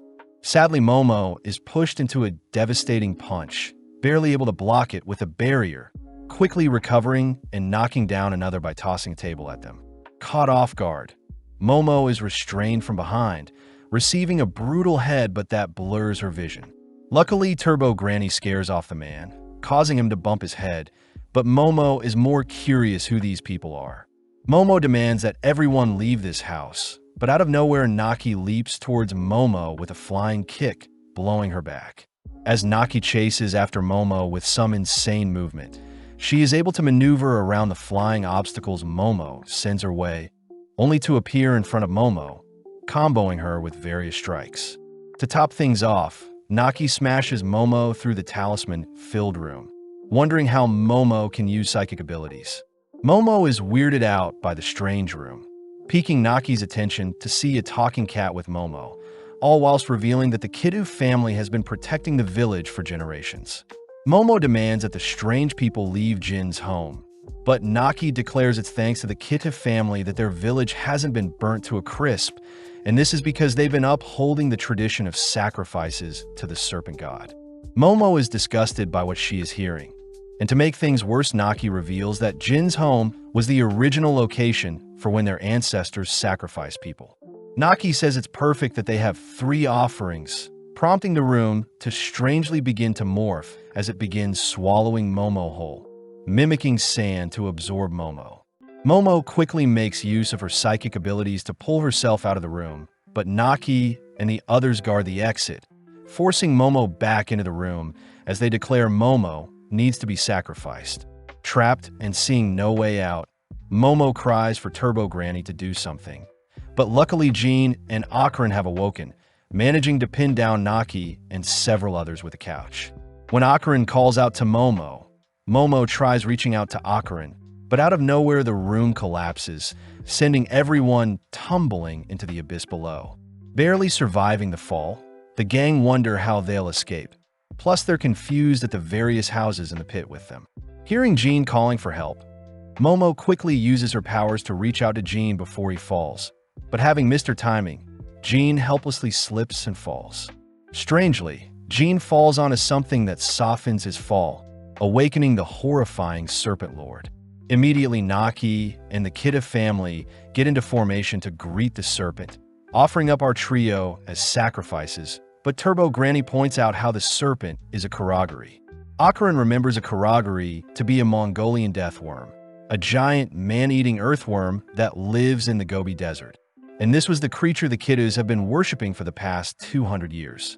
Momo warns the Kiddus to not agitate the giant worm, but ignoring the kids' pleads, the worm ultimately attacks the Kiddus. Realizing they don't stand a chance against such a creature, our trio decide to hide in a building for now. But as they enter a house, Jean suddenly spots Momo and Akarin writhing in pain. At that moment, Akarin begins to transform, unable to hold back his instincts as he crawls towards Jean. With Akarin all over him, Jean uses all his strength to wrestle Akarin off him, even tanking a slap as he watches Akarin continue to cry out in pain. Throwing Akarin around, Jean manages to stop Akarin from hurting himself, suddenly spotting the ground below him begin to rumble. Picking up Momo and Akarin, Jean manages to move them aside as the worm launches through the house, giving Jean an idea as he sees the worm is reacting to the vibrations in the house and not their voices. Jean is forced to stop Akarin from hurting himself once more. And as Akarin begs for someone to end his suffering, Jean suddenly remembers the moment when he found his parents attempting to hang themselves, with the last words also begging for their lives to be taken. Jean wonders what could be causing such a visceral reaction, suddenly watching as Momo plunges a glass shard into her belly, but luckily Turbo Granny is stabbed instead.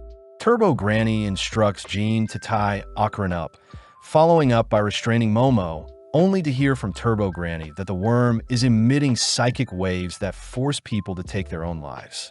Jean wonders why he isn't being affected, but before Turbo Granny can explain, Momo tries filing glass shards at herself, forcing Jean to leap in the way of the projectiles.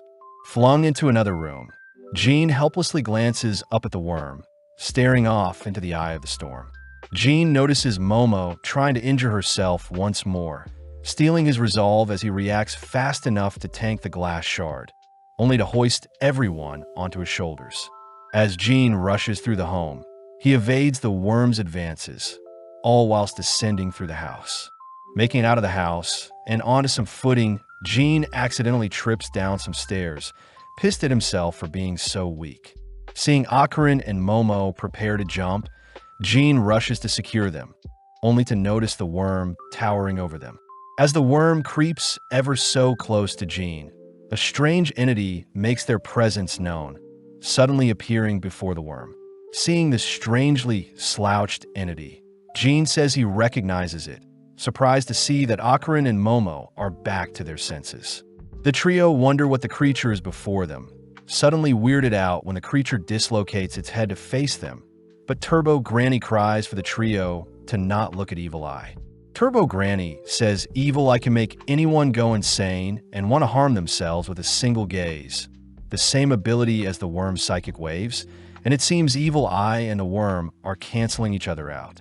Seeing an opening, Akarin transforms and goes full throttle, instantly decapitating the worm's head, but it manages to sprout another head. As the worm chases after the gang, we see Evil Eye floating alongside Jean, suddenly taking the chance to force Jean to lock eyes with it. Flashing back, we see a few kids dancing and playing together, all whilst a pale kid with purple eyes watches from behind bars. In the coming days, the white-haired kid would mimic the other kids' dances, ultimately collapsing as he became more malnourished. It's revealed that the white-haired kid was actually one of the human sacrifices that were fed to the serpent by the Kiddu family, ultimately tied up and burnt to a crisp, but his final wish being to someday play with other kids. Not too long after, the kid was given a second chance at life, weirdly appearing before families, but only the children of the family could see him. After every encounter, the parents of the child would pass away, something that would happen regularly. When the kid had tried to calm the children with the dancing he had learnt, strange vibrations would occur from beneath him, and there was nothing he could do as the parents took their lives regardless. In one specific case, the white-haired kid had learnt that the Kiddu family would go as far as to tie up the children and bury them alongside their homes as sacrifices, all whilst the white-haired kid watched on helplessly. Seeing the helpless children unable to escape their fates, the white-haired kid eventually grew to despise the Kiddu family, taking on the name Evil Eye. But in the present, Evil Eye attempts to take over Jin's body. Luckily, Momo snaps Jin back to reality, attempting to pull Evil Eye off him, all whilst Akarin keeps the worm busy. Jin cries that Evil Eye isn't a bad person, suddenly rushing deeper and deeper into the pit, crying that he'll set the boy free. Passing by ancient-looking homes, Jin reaches the bottom of the pit only to open up the doors, sealing Evil Eye's corpse. Having chased after Jin, Momo asks what Jin is doing, but Jin can only feel sorry for the poor boy, grateful that Evil Eye was protecting him all this time. Turbo Granny cries that Evil Eye is a yokai with bad intentions, but Jin seems to have already accepted Evil Eye as his ally. All suddenly freezing as Momo says she hears something. From above the pit, we see the worm suddenly infuse itself with electricity, managing to electrocute Momo and Jin only to begin drowning our duo in a strange substance that has been produced from the worm's mouth. Momo is disgusted by the sticky substance, wondering where Akarin could be, but it seems Akarin has been paralyzed. Momo cries that they need to escape, preparing to use her psychic abilities to flee the room, but Jin has strangely been entranced by Evil Eye's corpse. Forced into a hypnotic state, Jin is flung back to the moment when Evil Eye is locked up. Jin apologizes for the poor boy situation. Hearing that Evil Eye wants to play together, Jin gladly dances and agrees to play for eternity with the boy, something Evil Eye was waiting for as it finalizes its pact with Jin. In the present, Jin cries out in agony, all whilst Turbo Granny scolds Jin for trusting the Evil Eye. With our duo being electrocuted once more, Momo notices the worm has appeared before them, unable to move as the strange substance is binding them to the floor. Seeing as Jean is unconscious, Momo helplessly watches as the worm dives towards them, but out of nowhere, Jean throws out a devastating punch that knocks the worm back. Following up, Jean charges up a torrential kick, completely blowing the worm out of the pit and ripping apart its head. As Momo lays eyes on Jean, we see Jean swelling with dark power, revealed to be Evil Eye who has taken over Jin's body. Evil Eye declares they'll slay all humans, and in the blink of an eye, Evil Eye blows Momo in a nearby wall with a punch, only to pin her against the wall with his leg. Evil Eye is intrigued at Momo's powers, taunting Turbo Granny as he mocks Turbo Granny for being so weak, but Momo cries for Jean to wake up.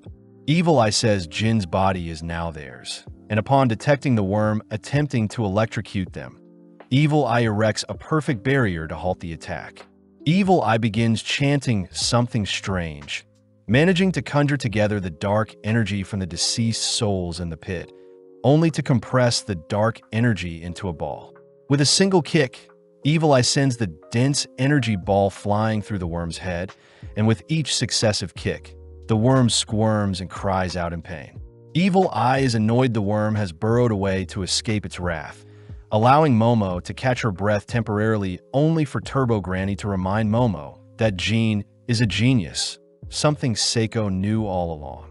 Jean apparently has an abnormal amount of spiritual power, and when combined with Jin's physical prowess, Turbo Granny declares Jean is the perfect vessel for anyone to possess. Momo says Jean wasn't always like this. Realizing that Jean awakened quite late, just like Momo did, and seeing as she'll now need to take on Evil Eye herself, Momo braces for the worst. As Evil Eye sends its dense energy ball towards Momo, she is forced to guard herself with her powers, but this leaves her wide open for a sneak attack from behind. Struck and flung into a nearby wall, Momo is forced to watch as Evil Eye kicks the ball directly at her, but right on cue Akarin makes his grand entrance. Akarin is pissed that Evil Eye hurt Momo, declaring he'll have to pay Evil Eye back, all whilst perfectly matching Evil Eye's strength. As Akarin stops Evil Eye from pelting the ball at Momo, Evil Eye instead chooses to detonate the ball and blow Akarin back, only to charge up another kick that forces Akarin to evade with Momo. Evil Eye demands to know why a fellow yokai is helping a human, but refusing to listen, Akarin flees the room with Momo on his back. As Evil Eye's energy ball tracks down Akarin, we see Momo and Akarin working together to ascend a pit. With Evil Eye amping up his attacks, our duo eventually manages to make it away from Evil Eye, but their attention is drawn to a strange spout that has appeared on the cave's walls. Akarin reverts to his human form and recognizes it to be the worm's doing, as it intends to hide in the dirt and fill the cave with poison, annoying Momo, seeing as their only way out is too high up. Akarin remembers that earthworms are highly sensitive to sunlight, and seeing as they need to escape as soon as possible, Akarin says Momo will escape first and return with a rope to rescue him. Momo understands that Jean can't be rescued at the moment, so she promises to return and save the boys, and with our lovebirds holding hands, Akarin transforms, ready to help Momo escape the pit.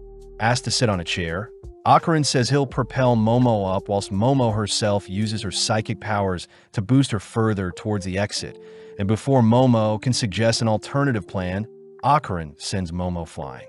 With her psychic powers, Momo manages to soar towards the exit, only to barely grasp onto the exit hole.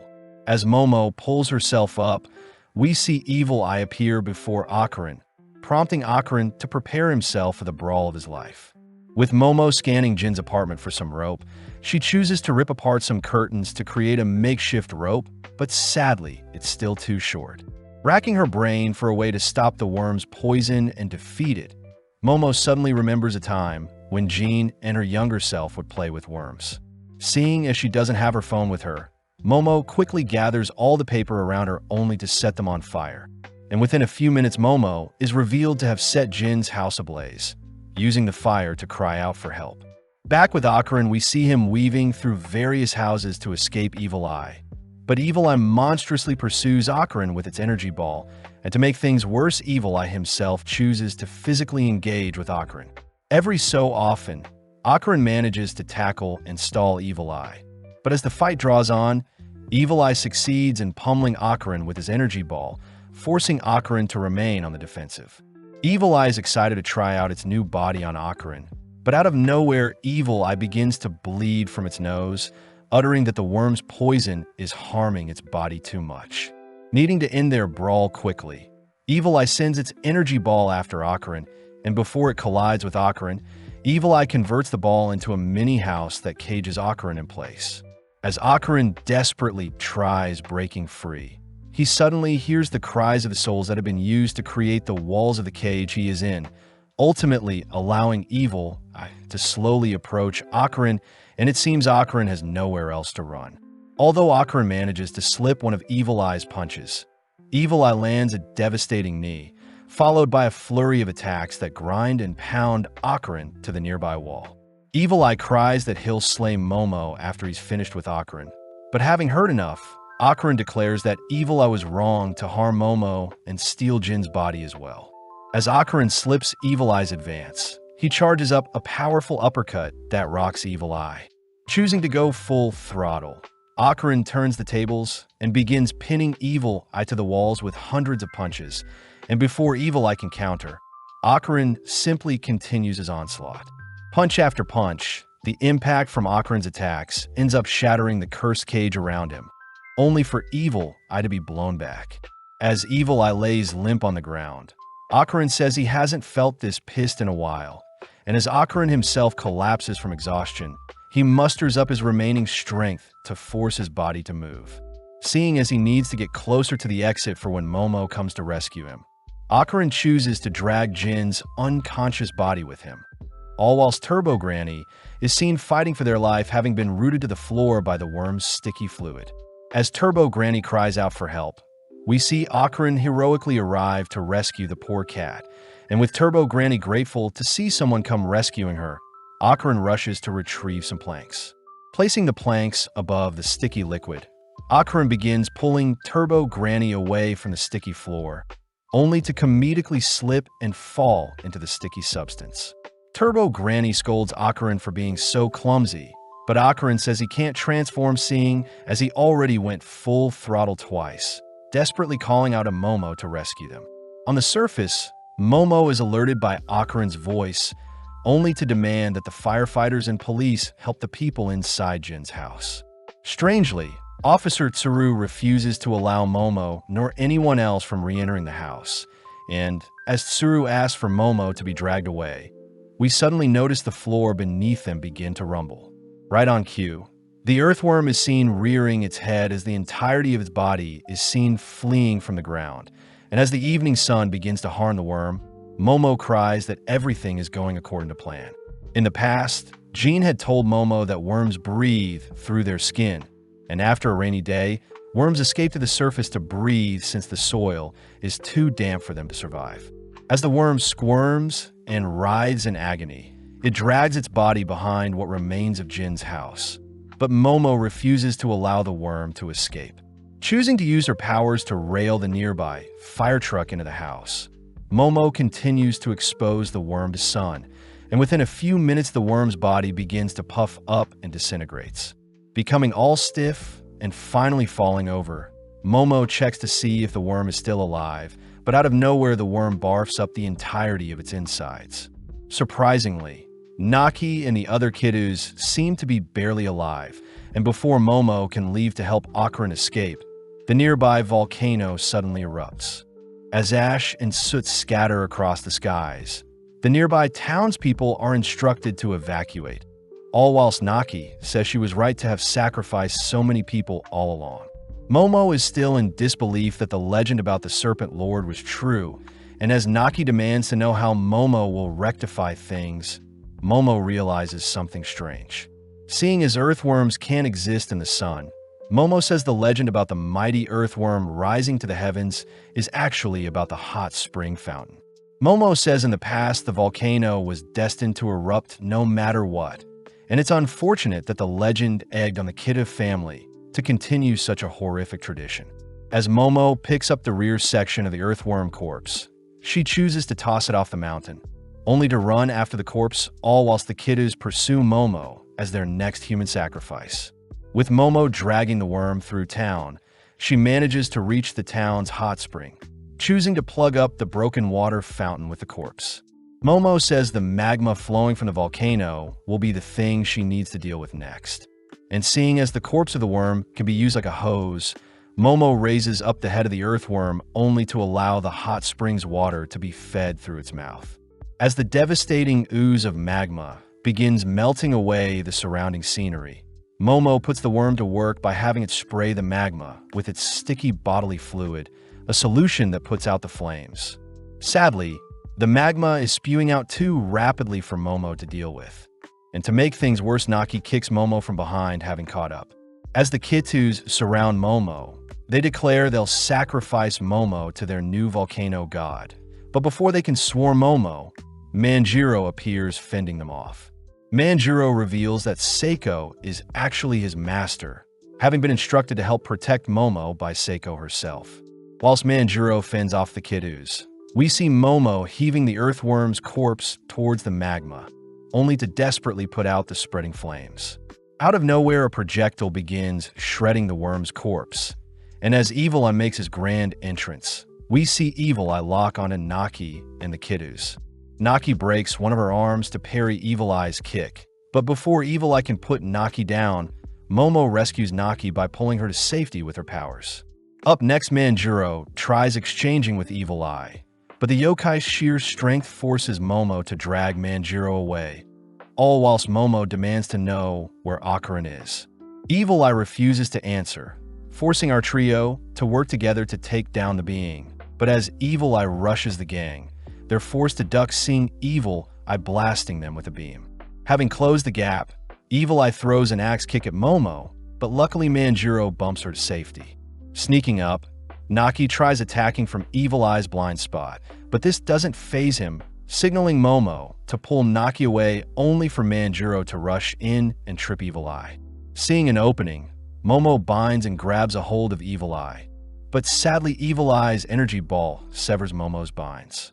As Evil Eye blows away Manjiro with a kick, he dashes towards Momo before she can react, only to load up a lethal kick. In the blink of an eye, several punches send Evil Eye leaping back, revealed to be the mantis shrimp who has come to assist Momo. Right on cue, a massive flying saucer shines its beam on the battlefield, only to reveal that Seiko has arrived, all whilst riding Taro. With Evil Eye glaring at Seiko, Seiko calls for Manjiro and the shrimp to follow after her, all three swarming Evil Eye as they begin exchanging blows. Taking charge, Seiko evades a devastating stomp from Evil Eye, choosing to spit her cigar to blind Evil Eye temporarily. As Seiko keeps Evil Eye busy, she called for Taro to begin his charge, and as Seiko knocks Evil Eye into Taro's path, Evil Eye is forced to blow Taro apart with a punch. Having purposely planted a talisman inside Taro, Manjiro is tasked with performing a ritual that begins reassembling Taro around Evil Eye, and within a few seconds, Taro has been put back together, all whilst Evil Eye has been captured. Seeing as things have been wrapped up, we see the mantis shrimp's child, Chiquitita, helping to put out the flames with the worm's corpse. Off to the side, we see Seiko scolding Manjiro for not helping Momo sooner, but Manjiro asks to be praised for a job well done. Cutting over to Momo, we see her running alongside the mantis shrimp back to Jin's home, and with the mantis shrimp's help, they break a hole back into the earthworm's pit. Upon seeing that magma has completely filled in the pit, Momo holds back her tears as she blames herself for leaving Akarin behind. But refusing to give up, Momo asks for Chiquitita to place the worm in the pit so she can search for Akarin. The mantis shrimp cries that it's too dangerous to enter into the fiery pit, and as the mantis shrimp holds Momo back from doing anything reckless, we see Chiquitita levitate the magma out of the pit with its spaceship beam.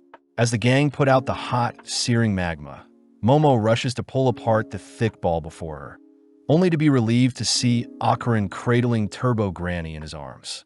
Akarin is glad to see Momo, revealing that when he was trapped in the pit with Turbo Granny, it was ultimately the combination of the collapsing housing and the worm's mucus that created a protective barrier around them, ultimately preventing any magma from reaching them.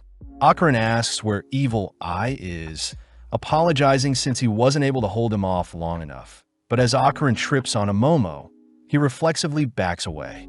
Surprisingly, Momo leans in and embraces Akron, apologizing herself, seeing as she wasn't able to help rescue Akron sooner.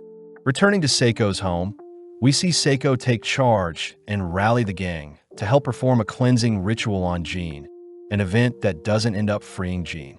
Choosing to head inside for a break, we see Arya amongst the crowd enjoying the meal as well, but she is a little annoyed that she wasn't invited to help rescue her trio. Seiko asks Manjuro about Rockin's sect, all whilst we see the mantis shrimp feeding Chiquitita some milk, but Arya demands to know why the mantis shrimp is back on Earth. The shrimp says the cow they gave them didn't produce milk, a byproduct of their planet, as it seems their world is submerged in liquid, but they still breathe oxygen. The mantis shrimp says it would be better if he lived on Earth, something Arya isn't opposed to as she adores Chiquitita.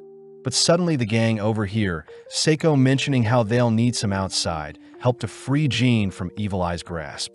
Seiko says Jean will have to live inside of Teru until they can free him. And as Teru tries tasting some of the hot food, we suddenly hear Jean cry out in pain, something that attracts the gang's attention. Seiko utters that evil spirits can steal the voices of those they possess to trick people, asking for everyone to be on guard as Teru opens his face, and surprisingly Jean has regained control of his body. Wanting to test out something, Seiko retrieves some cold water and splashes it on Jean, only to see that Evil Eye has returned.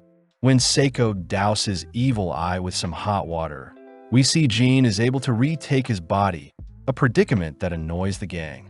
Teru is a little concerned since he won't be able to see Hannah whilst Jean is inside of him.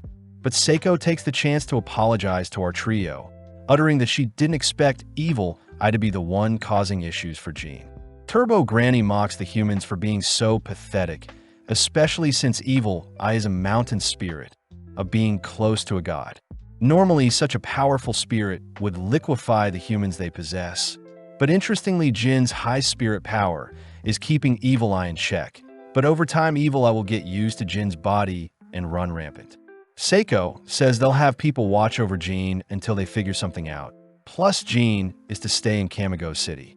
Seiko does fear that they don't have much time until Evil Eye adapts to the seals they've placed on it, choosing to hand everyone some thermoses with hot water that they can splash onto Jean, only to warn Jean to avoid any sort of cold water in fear of reawakening Evil Eye.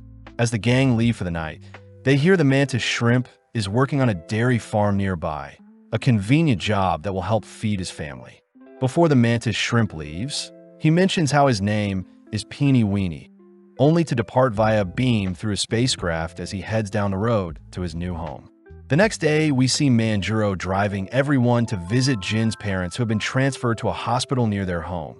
And as the gang get their hot water ready for any issues that may arise, we see Momo try to hold hands with Akron in the backseat. Akron is shy at first, but with some convincing, we see the lovebirds fiddling with each other's hands as they enter into a tunnel. Sadly, Jean breaks the tension by asking Momo to help him convince Teru to stop moving his body around, suddenly reminding the gang to pick up gifts for Jin's parents before they visit. Stopping at a general supermarket, we soon see Jean ecstatic to see his parents are well. And with Teru helping to move Jin's body, we see a news channel report that the volcano eruption in Jin's hometown was ultimately contained with no casualties. Additionally, it seems all the kiddos but Naki have been arrested for the horrific kidnappings. But as we follow Naki, we see she is on the run for the police who have been searching for her. As Naki runs through a forest, she reveals that she has been growing her body for 200 years, choosing to take out her anger on some nearby trees. Overflowing with anger, Naki morbidly begins tearing away at her body, only to reveal herself to be a subterranean in disguise, marking Momo as her enemy. The next day, we see Momo warmly greet Akron, and as our duo walk to school together, Akron hears that they'll be performing a Hayashi ritual to help distract Evil Eye as they free Jean. Momo admits that they're having issues recruiting people to help with the Hayashi ritual, freaking Akron out as he fears he'll have to fight Evil Eye again. But before Momo can ask Akron something personal, we see Muko and Miko appear. Muko demands to know where Jean is, all whilst Miko asks if the duo knows anything about a UFO sighting near a volcano that erupted recently. As our duo feign ignorance, we see Akron and the girls heading to school together, all whilst Momo complains about how Seiko won't buy her a phone. At school, we see Arya being shunned and ignored by her own friends, something she knew was bound to happen when she admitted spreading the false rumors about Momo. Before Arya can despair, we see Momo appear and invite her to join them for a chat, something that intrigues Arya's classmates. Arya is annoyed that Momo is being all casual with her at school, but Momo is glad to see Arya isn't still sad, and seeing as Akron is with them, Momo takes the chance to invite Arya and Akron to stay at her place moving forward. Immediately, Akron and Arya are surprised by such an invitation, hearing that Momo will need help when watching over Jean, especially since Manjiro and Seiko may need help if Evil Eye ever returns. Funnily, Akron and Arya are too flustered to give Momo an answer straight away, but our duo end up accepting, exciting everyone as the sleepover starts today onwards.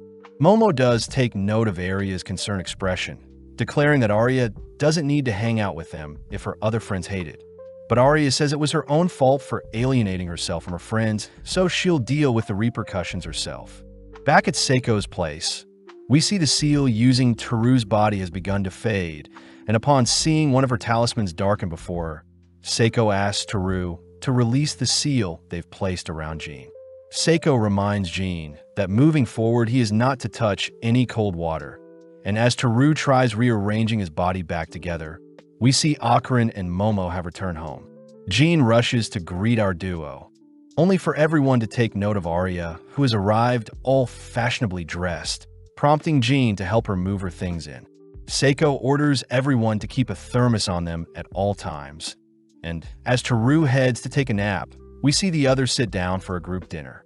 Momo and Arya choose to chat about the makeup they use, all whilst Akron and Jean make plans to play Smash Brothers later. But as Akron passes over some cold soy sauce to Seiko, he accidentally spills some onto Jean, immediately reawakening Evil Eye, who begins wreaking havoc. With everyone locking in to combat Evil Eye, we see they're able to splash hot water and transform Jean back, all pissed that Jean destroyed Seiko's home. Akron notes that Evil Eye is getting stronger, but out of nowhere, 4 strange-looking people appear, only to be shooed off the property by Seiko. Momo wonders when the Hayashis will arrive, beginning to take her anger out on Arya, but suddenly the 4 strangers return once again. Revealing themselves to be the Hayashis, they introduce themselves as Patarsan, Yashikichi, Toshiro, and Hideji, all striking fabulous poses to make themselves known. Showing off their talent, we see the Hayashis hook up their electric instruments, exciting the gang as they wonder what powers these Hayashis have, but Seiko says the Hayashis are regular people. Apparently, their music should be able to echo into the spirit world, and seeing as they're normal beings, they also won't be harmed by spirits during the exorcism. As the Hayashis begin warming up, we see Seiko restart her cleansing ritual on Jean, and with the Hayashis now pumped up, they begin mashing their tunes to cheer Seiko on. Immediately, the volume from their performance ends up rippling throughout the air around them, an impact that causes nearby spirits to awaken and swarm the area, all excited to watch the Hayashis perform.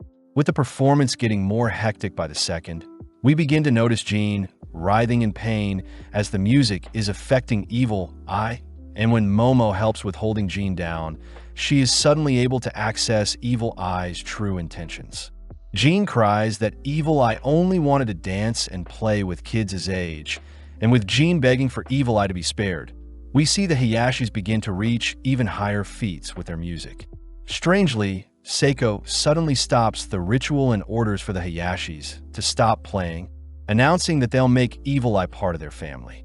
The gang is shocked by Seiko's declaration, wondering if they'll have to forever watch over Jean in case Evil Eye reemerges. But seeing as Jean needs their help, Akarin declares he'll become stronger to rival and suppress Evil Eye to help his friend. Flustered by Akarin's bravery, Momo says she'll train to get stronger as well. But this only fires Arya up as she says she won't lose to Momo. Jean is grateful for everyone's help, rushing to embrace everyone. But as it begins to rain, Evil Eye suddenly emerges and pummels Akarin. With Jean being splashed with some hot water, we see the Hayashis packing up their gear and heading home to escape the pouring rain, only for the gang to patch up the house with whatever cardboard they have laying around. Inside, Seiko asks Jean to tense his core and picture a beam coming out from his head and fingers. Plus, Jean must remain still when pushed. To help Jean learn, Momo shows off her mastery of the technique. Something Seiko is impressed Momo had learnt, but Jean suddenly remembers that he would tease Momo for the same pose when they were younger. Seiko reminds Jean that his spiritual energy is very dense, so mastery over it, and his chi flow may also mean mastery over Evil Eye himself. And with Jean taking such advice to heart, we see him awaken later that night only to head to the bathroom. Seeing as Jean had left him, Akarin quickly follows after Jean just in case, even helping Jean warm up the tap water to avoid any accidents. Akarin and Jean confirm to Momo that they have things under wraps, and when they head back to their rooms, Akarin chooses to stitch back together their makeshift wall, all whilst Jean stands back. Jean says he is sorry for causing everyone so much trouble, but Akarin says when Turbo Granny had possessed him, both Momo and Seiko had helped him without question. Akarin had even tried repaying Seiko for her kindness, but Seiko had refused the money, instead asking Akarin to pay forward the kindness, something Akarin is doing now for Jean. The next day, we see Arya and Momo both still exhausted from the previous day, but Arya dragged herself out of bed in order to perform her usual skin routine before applying her normal makeup.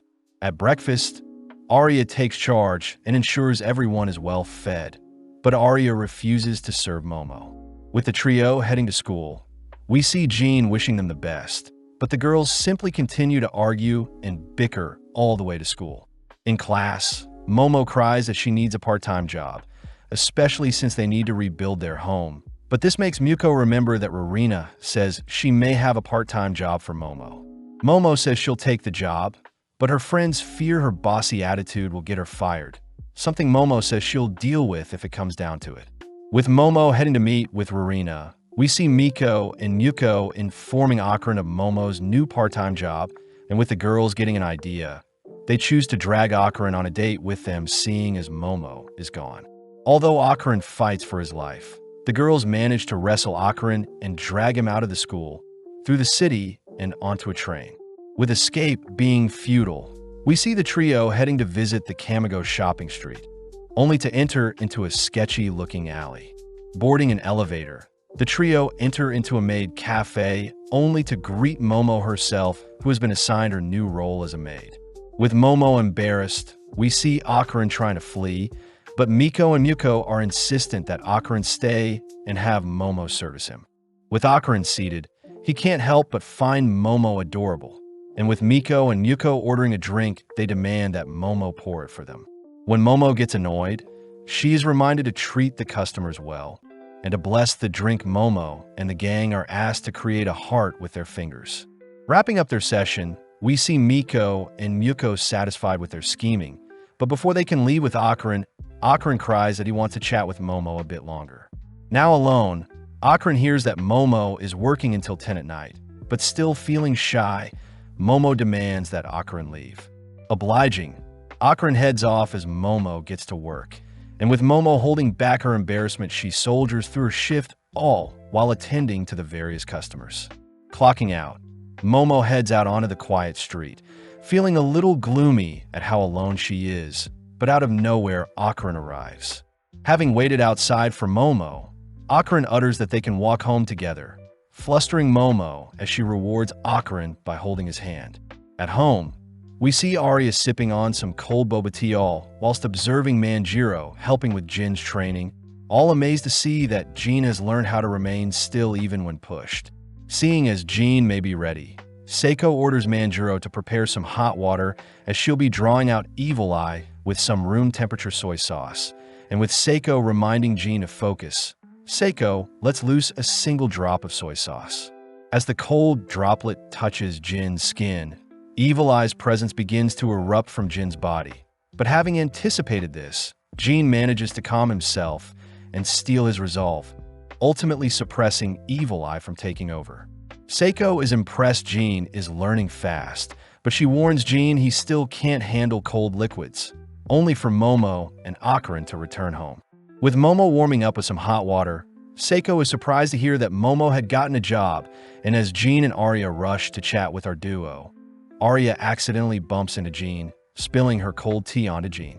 Immediately, Evil Eye makes himself known only to erect a barrier to deflect any hot water the gang will splash onto him.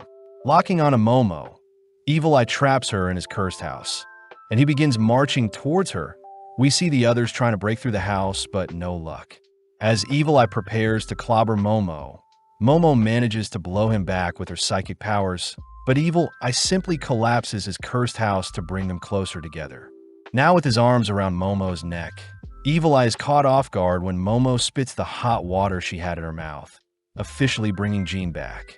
Immediately, Akarin rushes to Momo's side, but Jean is still in disbelief, seeing as the people around him got hurt because of him, and before the gang head to bed, we see Arya apologizing for being unable to help whilst Akarin declares he'll need to become stronger.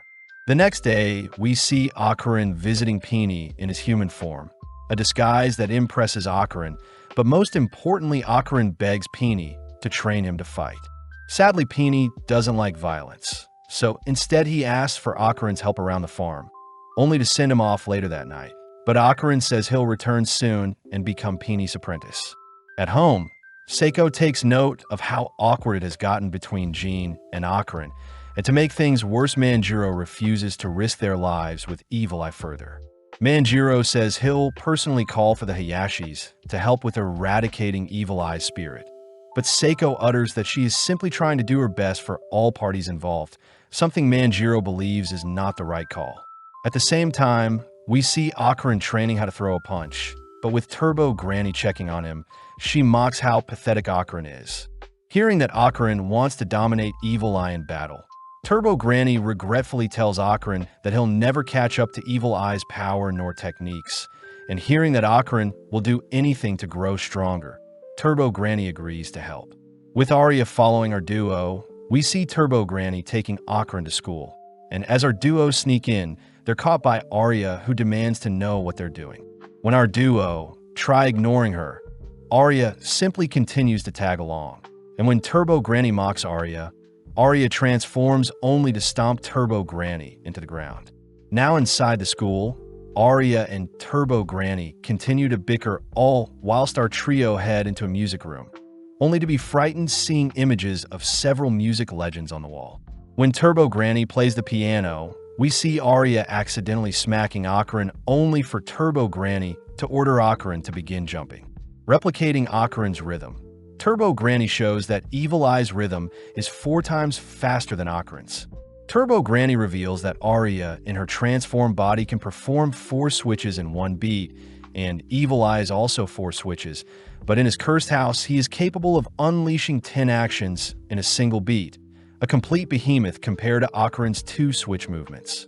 Out of nowhere, we see a spirit appear behind Turbo Granny, and as it plays the piano, it drags our trio into its domain, prompting the other spirits to show themselves.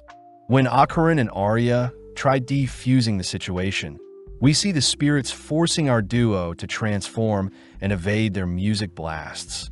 And with Akarin dashing past the notes the spirits project, he gets curious and touches one of them only for a massive explosion to ring out. Having almost lost his arm, our trio realize the notes are bombs, and with the spirits conjuring hundreds of notes, we suddenly see the scenery be stripped away as our trio are bombarded by the music notes. With Akarin and Arya evading the best they can, the spirits continue their pursuit, but Arya seems to be evading the projectiles fine, but Akarin seems to be barely keeping up. When Arya tries weaving her hair through the music notes towards the spirits, she fails to reach them. allowing the spirits to continue laying waste to our trio. Strangely, when Ocarina and Turbo Granny are struck by the rest musical note, they're strangely frozen in place, allowing them to be more easily struck, all whilst the spirits turn their full attention to Arya. With Ocarina and Turbo Granny still alive, Ocarina curses at himself for being so weak, whilst Arya seems to have adapted quite well, but Turbo Granny simply orders for Ocarina to move to the spirit's rhythm. Focusing in, Ocarina remembers how captivating Hayashi's performance was, all whilst Arya notes how her hair can't reach the spirits, seeing as the music notes surrounding them are acting like a shield. Sadly, as Arya continues to dance around the projectiles, she makes a misstep and accidentally gets stuck in some loose soil, allowing the spirits to bombard her. In the blink of an eye, Ocarina intercepts the projectiles and drags Arya to safety.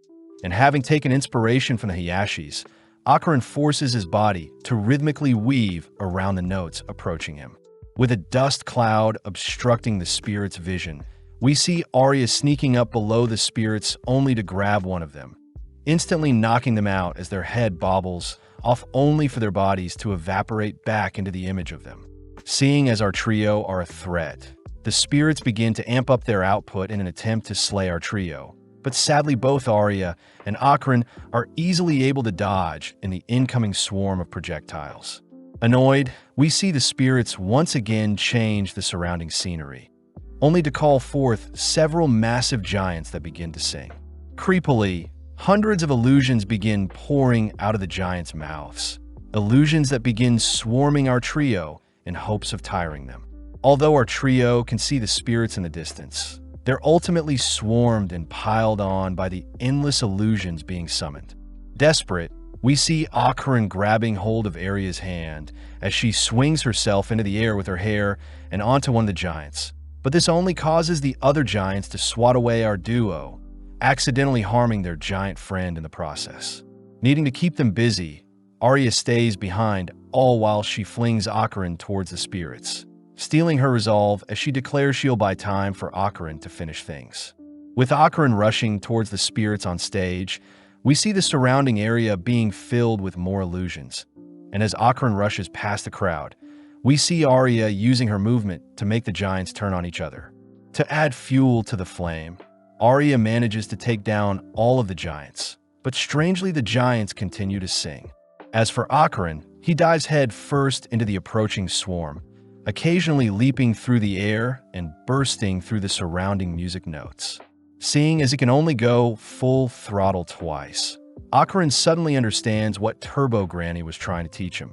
Focusing in as he accelerates towards the remaining 5 spirits only to monstrously land a strike on all of them simultaneously. With the spirits reverting back into their images, we see our trio return to the music room, only for Ocarina to thank Arya for believing in him. Arya is giddy to see Ocarina so cute, but she manages to hold herself back from fangirling, plus Ocarina takes the chance to thank Turbo Granny for the rhythm lesson. When Ocarina asks what they just fought, Turbo Granny reveals that if they play the piano at night, the music legends guarding the room will attack them.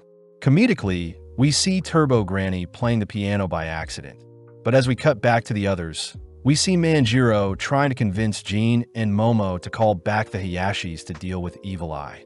Manjiro reminds everyone that Evil Eye will only get stronger the longer they wait, and seeing as no one is saying anything, Manjiro declares that they'll start the exorcism with the Hayashis tomorrow.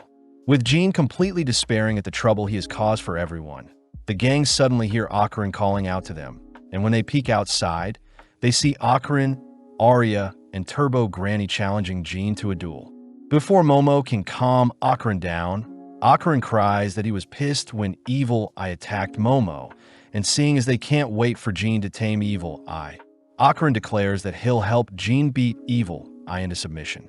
When Manjiro utters that he'll be exorcising Evil Eye tomorrow, Seiko stops Manjiro from intervening, allowing Ocarina to get the rematch he yearns for. With everyone stepping aside, Arya splashes cold water onto Jean, only for Evil Eye to awaken, gleefully clashing with Ocarina as both of their attacks cause the surrounding area to quake. Rushing towards Evil Eye, Akron evades their energy ball only to evenly cancel out Evil Eye's fist with his own, but Evil Eye tries sneaking in a kick.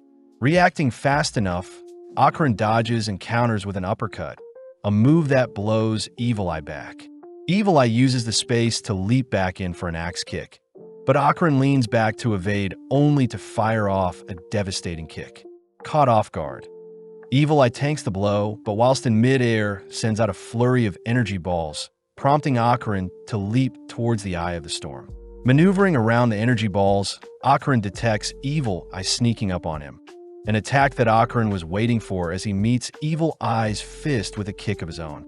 With a massive ripple decimating the surrounding area, we see the boys take less than a second to breathe, only to resume their brawl, both zipping through the air as the others watch on. Seeing Akron on the offensive, Evil Eye tries making space using his energy ball, but Akron simply continues the onslaught by pounding Evil Eye with several uppercuts, finally forcing Evil Eye to leap into the air and call forth his cursed house to halt Akron. Sadly, Akron had managed to evade capture, immediately overtaking the battle with his monstrous aura. With Evil Eye being helplessly tossed around, Akron prepares to go full throttle, and with Akron dashing towards Evil Eye, he manages to headbutt the spirit into Seiko's home. Immediately, the attack causes Seiko's house to be blown to smithereens, and when Akron goes to check on Jin's body, he is surprised to see Evil Eye still has energy to fight. As Evil Eye marches towards Akron, Momo realizes that Akron can no longer transform since he used up the last of his full throttle, but Akron heroically cries that he'll be the one to take down Evil Eye. Seeing Evil Eye up and close, Akron is ordered to continue fighting, but before the others can step in, Akron says he refuses to fight weaklings. Catching everyone off guard, Akron continues to scold Evil Eye for being weak, but Evil Eye snaps back, declaring that he is very strong. Akron promises to fight Evil Eye whenever he wants, but Evil Eye must promise to never harm anyone else, an offer Evil Eye surprisingly accepts. Akron adds that he is willing to fight Evil Eye once a week, a declaration Seiko considers bold, but seeing as Akron has things under wraps, Turbo Granny explains to Momo that this was Akron's plan all along. Apparently, Akron had used the fact that Evil Eye is like a newborn spirit wanting to play constantly, and by being the sole person that Evil Eye can play with, Akron can ensure no one else is hurt. With the boys agreeing to have their brawl every Tuesday after school, Evil Eye seals their deal by handing Akron its underwear, and just like that, Jean is given back his body. Akron tells Jean that he no longer has to worry seeing as they've tamed Evil Eye, but funnily Jean is more curious as to why everyone is diverting their eyes from him. The next day, Manjiro agrees to take care of Evil Eye's underwear, only to return back to his shrine. Right on cue, the gang are surprised to see Jin's parents are visiting them, and with Jean holding back his tears, Seiko instructs Jean to continue his chi training as Jean and his parents drive off as well. Seeing they aren't needed anymore, Akron and Arya begin to depart, but Momo demands Akron to stay a bit longer, slowly approaching and exchanging flirty glances with Akron. Sadly, the tension is broken as Arya stops the lovebirds from doing anything further, and when Momo tries cooling down at home, she remembers that her home was decimated during the boys' brawl. Seiko announces that they'll cool off at a nearby bathhouse, prompting Seiko, Momo, Turbo Granny, and Hannah to all board a train, and for the rest of the day, the girls simply relax with baths and massages, only to make their trek back home right as the sun sets. Momo fears that they'll have to rebuild their home, but Seiko says she'll figure something out, stressing out Momo as Seiko is taking on all the burden herself. At home, the girls are terrified by the creature on their property, instantly kicking it aside and demanding to know what it is. But surprisingly, Arya and Akron have returned alongside Peony and Chiquitita. Akron says they've recruited Mr. Ludris to help rebuild their home, and when Peony and Akron offer to help as well, Seiko says they shouldn't be concerning themselves with her issues. Funnily, Momo doesn't agree as she could use all the help they can get, leading Peony to reveal some nanoskin that can help with the construction. Demonstrating, Peony shows off the nanoskin's ability to morph and be reshaped into anything the gang like. Plus, anyone can use the nanoskin as long as they envision what they're building. Getting to work, we see the gang slowly begin to reconstruct Seiko's home from the ground up, and with everyone working throughout the night, they wrap up construction by the next day. Akarin is relieved that their hangout spot has returned back to normal, and with Momo agreeing to host the gang anytime, we see everyone depart, all whilst Momo and Seiko clock out for the day. Switching perspectives, we see Jin's mother driving sporadically, all whilst Jin runs alongside his parents' car. And in mere moments, Jin and his family arrive at Seiko's home, ready to help rebuild their home. Sadly, there is no work that needs to be done. Plus, it seems Momo and Seiko are catching up on the sleep they missed out, cutting over to the next day, where Jin reports that Evil Eye is keeping his promise and not hurting others. Plus, Jin's connection with Evil Eye is getting stronger thanks to his training. Seeing as it's the perfect chance, Jin asks if Momo loves anyone, but getting flustered, Momo tries beating up Jin for asking. Out of nowhere, Jin is swarmed by his female classmates, all wondering where he has been. But before Momo can leave, she notices Jin has transformed as he has been given some cold yogurt. Before Evil Eye can weird everyone out, Momo drags him away, but when they enter the school ground, Evil Eye locks onto a nearby soccer game. Immediately, Evil Eye decimates the surrounding players as his ball skills are unmatched, forcing Momo to intervene once more.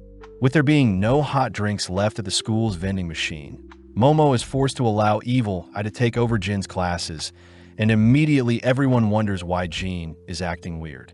Momo tries asking for Evil Eye to calm down, but Evil Eye seems to be enjoying himself, and when it is lunchtime, Momo is saddened to see there is no warm foods in the cafeteria.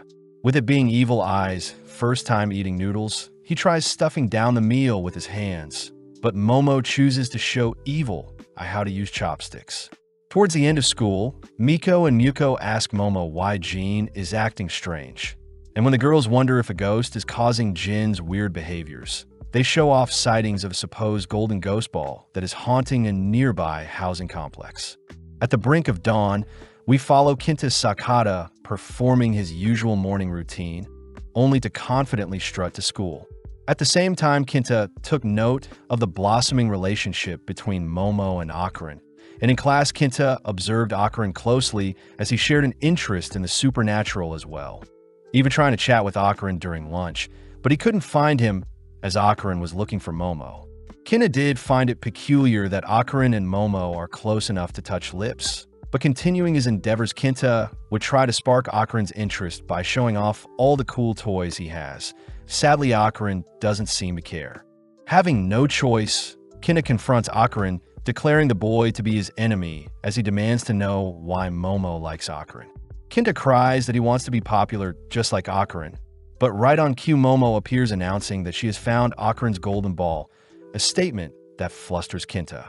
Momo is happy to see Kenta and Akarin are so close, and before Momo and Akarin can head outside to chat some more, Rin Sawaki, the Class B president, asks Momo to stop causing a scene in her class. Rin also accuses Momo of dragging Akarin around, offering to stand up for Akarin, but this fires Momo up as she doesn't want another girl to care so much for Akarin. Off to the side, Kenta can't help but be jealous at all the attention Akarin is getting, and when he tries getting everyone's attention with a pose, he only manages to weird them out. That evening, Momo reminds Akarin that he has been getting quite popular recently, something that excites Akarin. Momo utters that the image of the golden ball taken seemed to have the space around it warped, but at the same time we see Kenta tailing our duo, declaring he'll figure out the secret to get popular as well. As our duo prepare to leave school grounds, they suddenly notice Kenta following them. And before Kenta can explain himself, he magically begins to float. In the blink of an eye, Kenta begins flying towards Momo, but Akarin transforms and shoves her out of harm's way, leaving Kenta to eat the ground. Off in the distance, our duo spot the golden ball where Kenta was swiftly rushing to grab a hold of it, but manages to slip from Momo's psychic grasp. As for Akarin, he is blown back as the golden ball seems to have a physical body, and before they can investigate, the ball seems to run off. With Momo and Akarin chasing after the ball, Kenta is tasked with guarding their bags. And as our duo leap up the stairs of a building complex, they eventually lose sight of the ball. Out of nowhere, the ball appears, and blows Momo off Akarin's back only for Akarin to be struck several times, followed by the ball fleeing once more. On the roof, Akarin and Momo work together to subdue the ball, but with every hit it manages to bounce back and flee, forcing our duo to continue after it. Seeing the golden ball descending, Momo cries for Akarin to hold on to her as she swings after it. But the ball catches the duo off guard and knocks Momo loose from her hold. Luckily, Momo softens her fall, apologizing to Akarin as he was almost crushed by her weight. As our duo complain about how unfair it is for their enemy to be invisible, they suddenly hear Kinta crying out, prompting our duo to rush towards the noise. Right on cue, they spot Kinta's body falling from the building, leading Momo to save the boy with her psychic abilities, but Momo can only scold Kinta for following them. Seeing the golden ball approaching them, Kinta offers to subdue the being, but when he runs towards the ball, he only ends up tripping over himself. As the ball flees through an apartment building, it tries escaping by smashing through several consecutive apartments, but Kinta is seen chasing after it all whilst Momo swings beside them. As for Akarin, he has run ahead of the ball, allowing our trio to pincer the ball from 3 directions, leading Momo to cry that she can see the being housing the golden ball. Using her psychic arms as reference, Momo orders Akarin to charge the creature before it escapes. And with Akarin going full throttle, he rushes forth and rails the being before him. Kinta declares that he knew the creature's invisibility could be weakened if they observed the creature from different angles. But Akarin and Momo are more interested to see that the creature carrying around the golden ball is a kaiju-looking monster. Seeing as they can no longer see the golden ball, they reason they should head to retrieve the ball before the creature wakes up, but right on cue our trio detect the kaiju rapidly growing and enlarging its body. In mere moments, the kaiju has grown bigger than the nearby, surrounding buildings, a phenomenon that alerts our trio. With the massive kaiju looming over the gang, we see our trio fleeing onto the streets nearby, and coincidentally they bump into Arya and Jean, who begin running as well. When Kinta trips over, Momo and Arya quickly use their powers to hold off the kaiju from stomping on Kinta, only for Akarin to drag Kinta to safety. Momo orders Jean to drag Kinta away, and when Arya tries drilling into the kaiju with her hair, its tough exterior surprises everyone. Momo notes how it was quite quick when it was small, but now it seems to be very slow yet big, leading Arya to wrap her hair around the beast's size, but she fails to topple it. Out of nowhere, an energy surge can be felt rising towards the tip of the kaiju's horns, only for an eruption of lightning to force the gang into hiding, a power Akarin recognizes belongs to the space kaiju alien. With the monster letting out a roar, Arya takes the chance to pick up a nearby car, only to rail the kaiju with it, an attack that manages to make the kaiju stumble back. Following up, Momo, whilst riding Akarin, flings a car at the monster's feet, successfully bringing the creature to its knees. Out of nowhere, the monster's tail swings around and blows Momo and Akarin aside, forcing Arya to step up as she latches onto a nearby crane, only to drag and twist her body in order to smash the crane into the kaiju.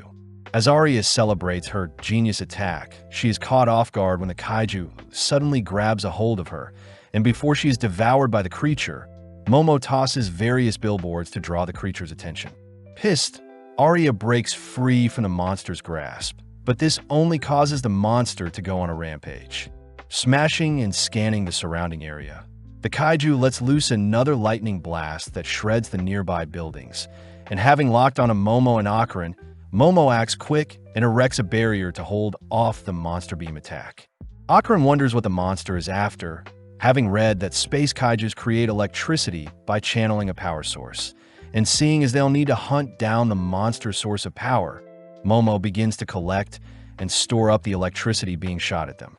Turning the tides, Momo manages to fling the electricity back at the kaiju, a blow that knocks it down.